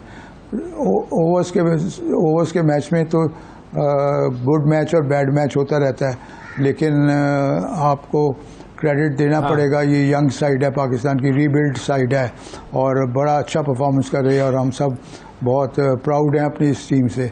और हम पूरी तरह पाकिस्तान के शायकीन, पाकिस्तान के सपोर्टर्स अपनी टीम को बैक करेंगे, और इंशाअल्लाह ताला आप देखेंगे कि पाकिस्तान टीम की परफॉर्मेंस बहुत अच्छी रहेगी। सही। और फाइनल किसका देखते हैं? Are we looking for a Pakistan India final? Pakistan और एशिया कप का फाइनल और वर्ल्ड कप का फाइनल, क्योंकि सब कॉन्टिनेंट में मैच हो रहे हैं और सब कॉन्टिनेंट की विकेट्स जैसे पाकिस्तानी विकेट्स हैं वैसे ही इंडिया की विकेट्स हैं, तो थोड़ा सा एडवांटेज इंडिया और पाकिस्तान को है इन विकेट्स पर खेलने का। और अगर पाकिस्तान इंडिया का फाइनल हो तो मैं समझता हूँ ये मोस्ट इम्पॉर्टेंट मैच होगा क्रिकेट हिस्ट्री का, और शायकीन जो हैं वो अच्छी क्रिकेट। और श्रीलंका, क्योंकि श्रीलंका चैंपियन भी है एशिया कप का, लास्ट टाइम उसने पाकिस्तान को ही फाइनल में हराया था, और अब होम ग्राउंड भी उसी का है। ये बात सही है, लेकिन श्रीलंका की हाल ही में परफॉर्मेंस जो है वो इतनी अच्छी नहीं रही जैसे पहले रहती थी। वो भी साइड अपनी रीबिल्ड कर रहे हैं, उनके नए प्लेयर्स आ रहे हैं, तो अभी वो सेट नहीं हुई जितनी पाकिस्तान की साइड सेट है और वेल सेट साइड है। और कॉन्फिडेंस बहुत बड़ी चीज़ है। अगर आप जीत रहे हैं मैच तो आपके बॉलर्स, आपके बैट्समैन, आपके फील्डर्स में कॉन्फिडेंस आ जाता है, और कॉन्फिडेंस आ जाता है तो परफॉर्मेंस अच्छी होती है। तो Pakistan team is full of confidence, और पाकिस्तान टीम चाहती है कि हर मैच को सीरियस लिए जाए और हर मैच को जीता जाए। अगर ये मोमेंटम कायम रहेगा तो पाकिस्तान टीम जो है वो कामयाब रहेगी। मोमेंटम रखना बहुत ज़रूरी है। आपके बेस्ट मैसेज जो है मोमेंटम की बात है कि मोमेंटम कायम रखना बड़ा ज़रूरी है, बड़ा ज़रूरी है। बिल्कुल जी, एग्जैक्टली। और थैंक यू सर, बहुत शुक्रिया अदा करेंगे। वसीम बारी साहब हमारे साथ मौजूद थे, साबिक टेस्ट क्रिकेटर। लेते हैं नाज़रीन, वक्फे के बाद दोबारा हाजिर होंगे। सुबह सवेरे पाकिस्तान, सुबह सवेरे पाकिस्तान, सुबह सवेरे पाकिस्तान। वेलकम बैक जी। टेक्नोलॉजी डाइट हमने शुरू करनी है। अब ये कौन सी डाइट है और क्या ये टेक्नोलॉजी की वजह से डाइट हो रही होती है खाने वाने की चीज़ों में, या ये डाइट फ्रॉम टेक्नोलॉजी है? ये क्या चीज़ है भाई, इस पे हम बात करेंगे। हमारे साथ टेक्नोलॉजिस्ट और एक्सपर्ट जो हैं आईटी के, मोहम्मद उमर साहब मौजूद हैं। अस्सलाम वालेकुम। वालेकुम अस्सलाम। ये कीटो डाइट, फिर उसके बाद प्रोटीन डाइट, तो फिर उसके बाद ये टेक्नोलॉजी डाइट, ये क्या है भाई? जी, बस ये नई टेक्नोलॉजी टर्म्स कॉइन होती रहती हैं, लेकिन technology dieting I think it's a very important concept. Technology dieting वैसे तो इन अ नटशेल ये है कि आप अपनी डिवाइसेस से थोड़ा सा वक्त दूर गुजारें, यानी कि हर वक्त ऑनलाइन रहने से, हर वक्त खाते ना रहें। जी, स्क्रीन टाइम। तो ये डाइटिंग वो वाली नहीं है कि आप खा रहे हैं। डाइटिंग इज़ कि आपने किसी चीज़ से थोड़ा सा अपने आप को वक्त दिया है, रोकना है। तो टेक्नोलॉजी से कैसे रोकना है? हमारे जो मेजर टेक्नोलॉजी है हमारा सेल फोन है। बिल्कुल। तो स्क्रीन टाइम को आपको मिनिमाइज कैसे करना है, that is technology dieting. Multiple ways. अच्छा, उससे पहले सबसे पहले हमने इस चीज की जो नहीं करें क्या, मतलब हम फोन नहीं यूज कर रहे, जी तो बस ऐसे बैठ जाएं, आसमान देखें? नहीं, आप एक्सट्रीमिस्ट घर से बाहर निकल के वो जो ग्रीन बेल्ट पे दरमियान में लोग बैठ जाते हैं, गाड़ियां गिनते हैं या मुकाबला लगाते हैं, यार तेरी गाड़ी सफेद मेरी काली, कितनी सफेद गुजरेंगी कितनी काली, ये करेंगे? मतलब करें क्या? नहीं, एतदाल रखें। ये मत करें कि आप बिल्कुल ही इसे छोड़ दें। ऑफ कोर्स टेक्नोलॉजी हमारी रोजमर्रा जिंदगी का एक अहम हिस्सा है, तो हम इसे कम्प्लीटली अबैंडन नहीं कर सकते। लेकिन important thing is to reduce the time that we spend on screens. कई ममालिक हैं जिनमें average screen time is over 8 hours a day। आप अंदाजा करें, that's too much. I think world average is about 5 hours, यानी कि दुनिया में 5 घंटे दिन में लोग अपने स्क्रीन टाइम इस्तेमाल करते हैं। अच्छा, मैं कहना चाह रहा था कि इसकी इंपॉर्टेंस क्या है। कहने को तो बड़ा लाइट सा टॉपिक है, लेकिन इसकी इंपॉर्टेंस बहुत ज़्यादा है। वो ये कि it has direct impact on your health. आजकल बल्कि जिस तरह डेंगू आउटब्रेक होने वाला है, लाहौर में काफ़ी केसेस आए हैं, इस्लामाबाद में केसेस आए हैं, पिंडी में बड़े केसेस आए हैं। अच्छा, डेंगू, मैं थोड़ा डेंगू को ट्रैक करता रहता हूँ over the last few years. Dengue में एक चीज़ ये होती है कि अगर ये आपको दोबारा रिकर करे ना इन्फेक्शन, तो वो आप जानलेवा होता है, ज़्यादा सीरियस हो जाता है। जी, एग्जैक्टली, बहुत सीरियस हो जाता है। अब उसका टेक्नोलॉजी डाइटिंग से क्या ताल्लुक है? जब आप रात को सोते हुए स्क्रीन देखते हैं तो आपका ब्रेन एक सीक्रेशन प्रोड्यूस करता है जिसे मेलाटोनिन कहते हैं। Melatonin helps you sleep. The moment you see the screen, आपका जो इफेक्टिव स्लीप साइकिल है वो 2-3 घंटे पीछे पुश हो जाता है। ये व्हाइट लाइट से, व्हाइट लाइट जो कि अब हमें मोबाइल्स बेचने वाले ये कह रहे हैं कि हमने आपको इसमें येलो लाइट का फीचर भी दे दिया है, which helps you sleeping. Exactly, बिल्कुल। I mean they can they marketing gimmicks, लेकिन तो उससे क्या होता है कि जब आपकी स्लीप इफेक्टिव ना हो तो आपका इम्यून सिस्टम कॉम्प्रोमाइज कर जाता है, और जब आपका इम्यून सिस्टम कॉम्प्रोमाइज होगा तो फिर you are more prone to dengue and other viruses. So that's why it's very important कि जहां हम मच्छरों और उनके लार्वा और वो सारी मुहिम चल रही है, हम ये भी अवेयरनेस क्रिएट करें कि over usages of devices has a serious impact on your life. I mean, यहाँ तक ये लाइफ थ्रेटनिंग हो सकता है। ये कनेक्शन जो है ये नॉर्मली हम नहीं पकड़ पाते। सही। अच्छा, अब वही again how to do that, क्योंकि ईजियर सेट देन डन वाला मामला है इसका। हम कह तो देंगे हाँ नहीं नहीं नहीं, लेकिन हमें ये चीज़ अट्रैक्ट करती है, वो उठाते रहते हैं हम फौरन। ये बिल्कुल आपकी बात, सुबह उठते ही पहली चीज़, रात को सोने से पहले आखिरी चीज़ यही है। अगर मिसाल के तौर पे मैसेज नहीं आ रहा तो हम देखेंगे भाई कनेक्शन है, कनेक्टेड है, हम क्यों नहीं कुछ आ रहा। ये एक ऐसा मौजू है आज का जो कि majority of the people in from one year out from the other करेंगे स्पेशली जो यंगस्टर्स हैं वो कहेंगे जी कि बस ठीक है टेक्नोलॉजी राइट है, हमने क्या करनी है। जी जी। तो लेकिन ऑफ कोर्स हमारा मकसद ये है कि हम लोगों में अवेयरनेस क्रिएट करें। अच्छा, अभी आपका सवाल अवैस के इसे करना कैसे है, मल्टीपल तरीके हैं। आई मीन इंटरनेट पे भी इस तरह की कई सजेशंस अवेलेबल हैं। एक तो ये कि आप थोड़ा सा अपनी ज़िंदगी में डिसिप्लिन क्रिएट करें। आप कहेंगे जी मैंने लेट्स से 3 घंटे से ज़्यादा, क्योंकि हर फ़ोन आजकल आपका स्क्रीन टाइम मॉनिटर करता है। हाँ, बिल्कुल। मैंने 3 घंटे से ज़्यादा फॉर एग्जांपल डिवाइसेस पर नहीं रहना। आप एयरप्लेन मोड ऑन कर दें कुछ देर के लिए, अपने आप को किसी और हेल्दी एक्टिविटी में इन्वॉल्व करें। आई थिंक स्पोर्ट्स 2 से 3 घंटे every day staying active and spending time in sports या healthy activities is very important, वो करें। फिर ऑफ कोर्स जो लोग थोड़ा अफोर्ड कर सकते हैं वो ये कि वीकेंड्स पे अपनी किसी ऐसी जगह पे चले जाएं जहाँ पर सिग्नल ही ना हो, या फिर नहीं जा सकते तो फिर इसको एयरप्लेन मोड पे एयरप्लेन मोड, वो जो थोड़ी मुश्किल चीज़ है, लेकिन ये कि of course I mean this is another strategy. लेकिन टेक्नोलॉजी डाइट करने के लिए सबको मतलब करना जरूरी है। इज इट फॉर एवरीवन या is it for a certain threshold कि आप अगर इससे ज्यादा इस्तेमाल कर रहे हैं तो फिर तो it is a must for you? अच्छा, इसमें आपके 2 सवाल आते हैं। एक तो ये कि कौन सी सेगमेंट ज़्यादा प्रोन है इसके लिए। तो मेरे ख्याल में जो बच्चे हैं वो बहुत वल्नरेबल हैं इस चीज़ के लिए, क्योंकि आजकल I mean, with all due respect to mums and dads, वो probably it's an easy way out for parents कि जी बच्चा बस abnormal act करने लगते हैं वैसे। ये मैंने पिछले 2-3 दिन में एक बच्चा मैंने देखा जो कि बैठा था, उससे माँ ने थोड़ी देर के लिए टैब ले लिया और वो ना अजीब सर खुजाए, कभी ग्लास उठाए, कभी चीजें वो क्या करूँ ना मैं, क्या कैसे चैनलाइज करूँ अपनी ये फिजिकल जो एक्टिवनेस है। और फिर उसकी माँ ने कहा यार इसको दे दो, फौरन दे दो, इससे पहले कि ये अजीब तोड़फोड़ शुरू कर दे मेहमानों के घर आए में। तो वो बेचारा खुजाए खुद को, अजीब सा हुआ था, वो बात करना नहीं आता उन्हें जी लोगों से। तो जी बिल्कुल। तो जो माहिर नफ्सियात और जो मेंटल हेल्थ एक्सपर्ट्स हैं वो तो इसके बहुत अगेंस्ट हैं। और जैसे आपने जिक्र किया कि I mean children develop these unpredictable jittery habits because of device over use, क्योंकि उनके जहन को इतनी आदत हो जाती है, वो वेरियस तरह के आपके केमिकल्स प्रोड्यूस होते हैं ना ब्रेन में, डोपामीन्स, एंडोर्फिन, सेरोटोनिन्स एंड ऑल दैट। तो जब उसका वो एक खिचड़ी सी पक जाए आपके दिमाग में तो फिर your mind goes haywire as well कि मैं क्या करूँ। I mean you fail to understand. So that's why for children it's very important कि they should spend time outdoors.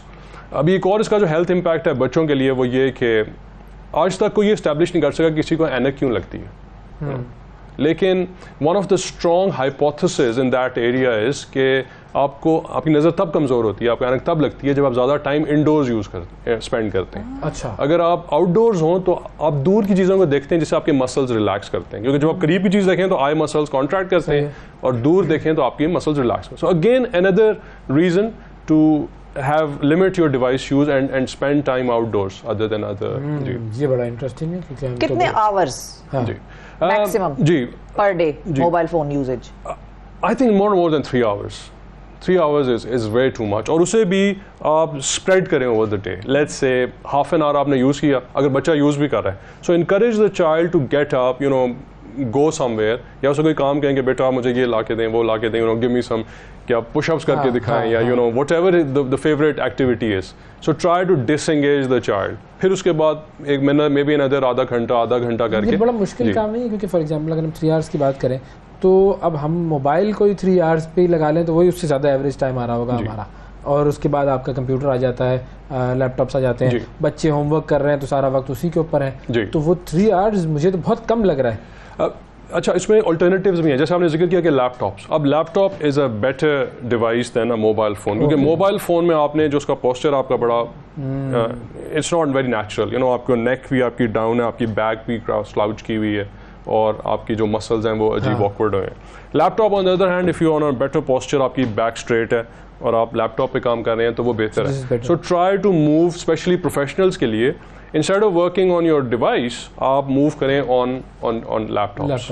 बल्कि आजकल तो आई मीन लैपटॉप्स की तरफ भी काफ़ी ऐप्स मूव करें। बट आई हर्ड कि WhatsApp is introducing group calling as well on laptops. तो इस तरह के जूम्स, टीम्स, आजकल यू नो रिमोट वर्किंग का दौर है, तो that is a better option. तो यानी कि जितना काम हम अपना मोबाइल से ट्रांसफ़र कर सकते हैं लैपटॉप पर, जी वो कर लें, ज़्यादा आसानी है। ज़बरदस्त जी, बेहतरीन।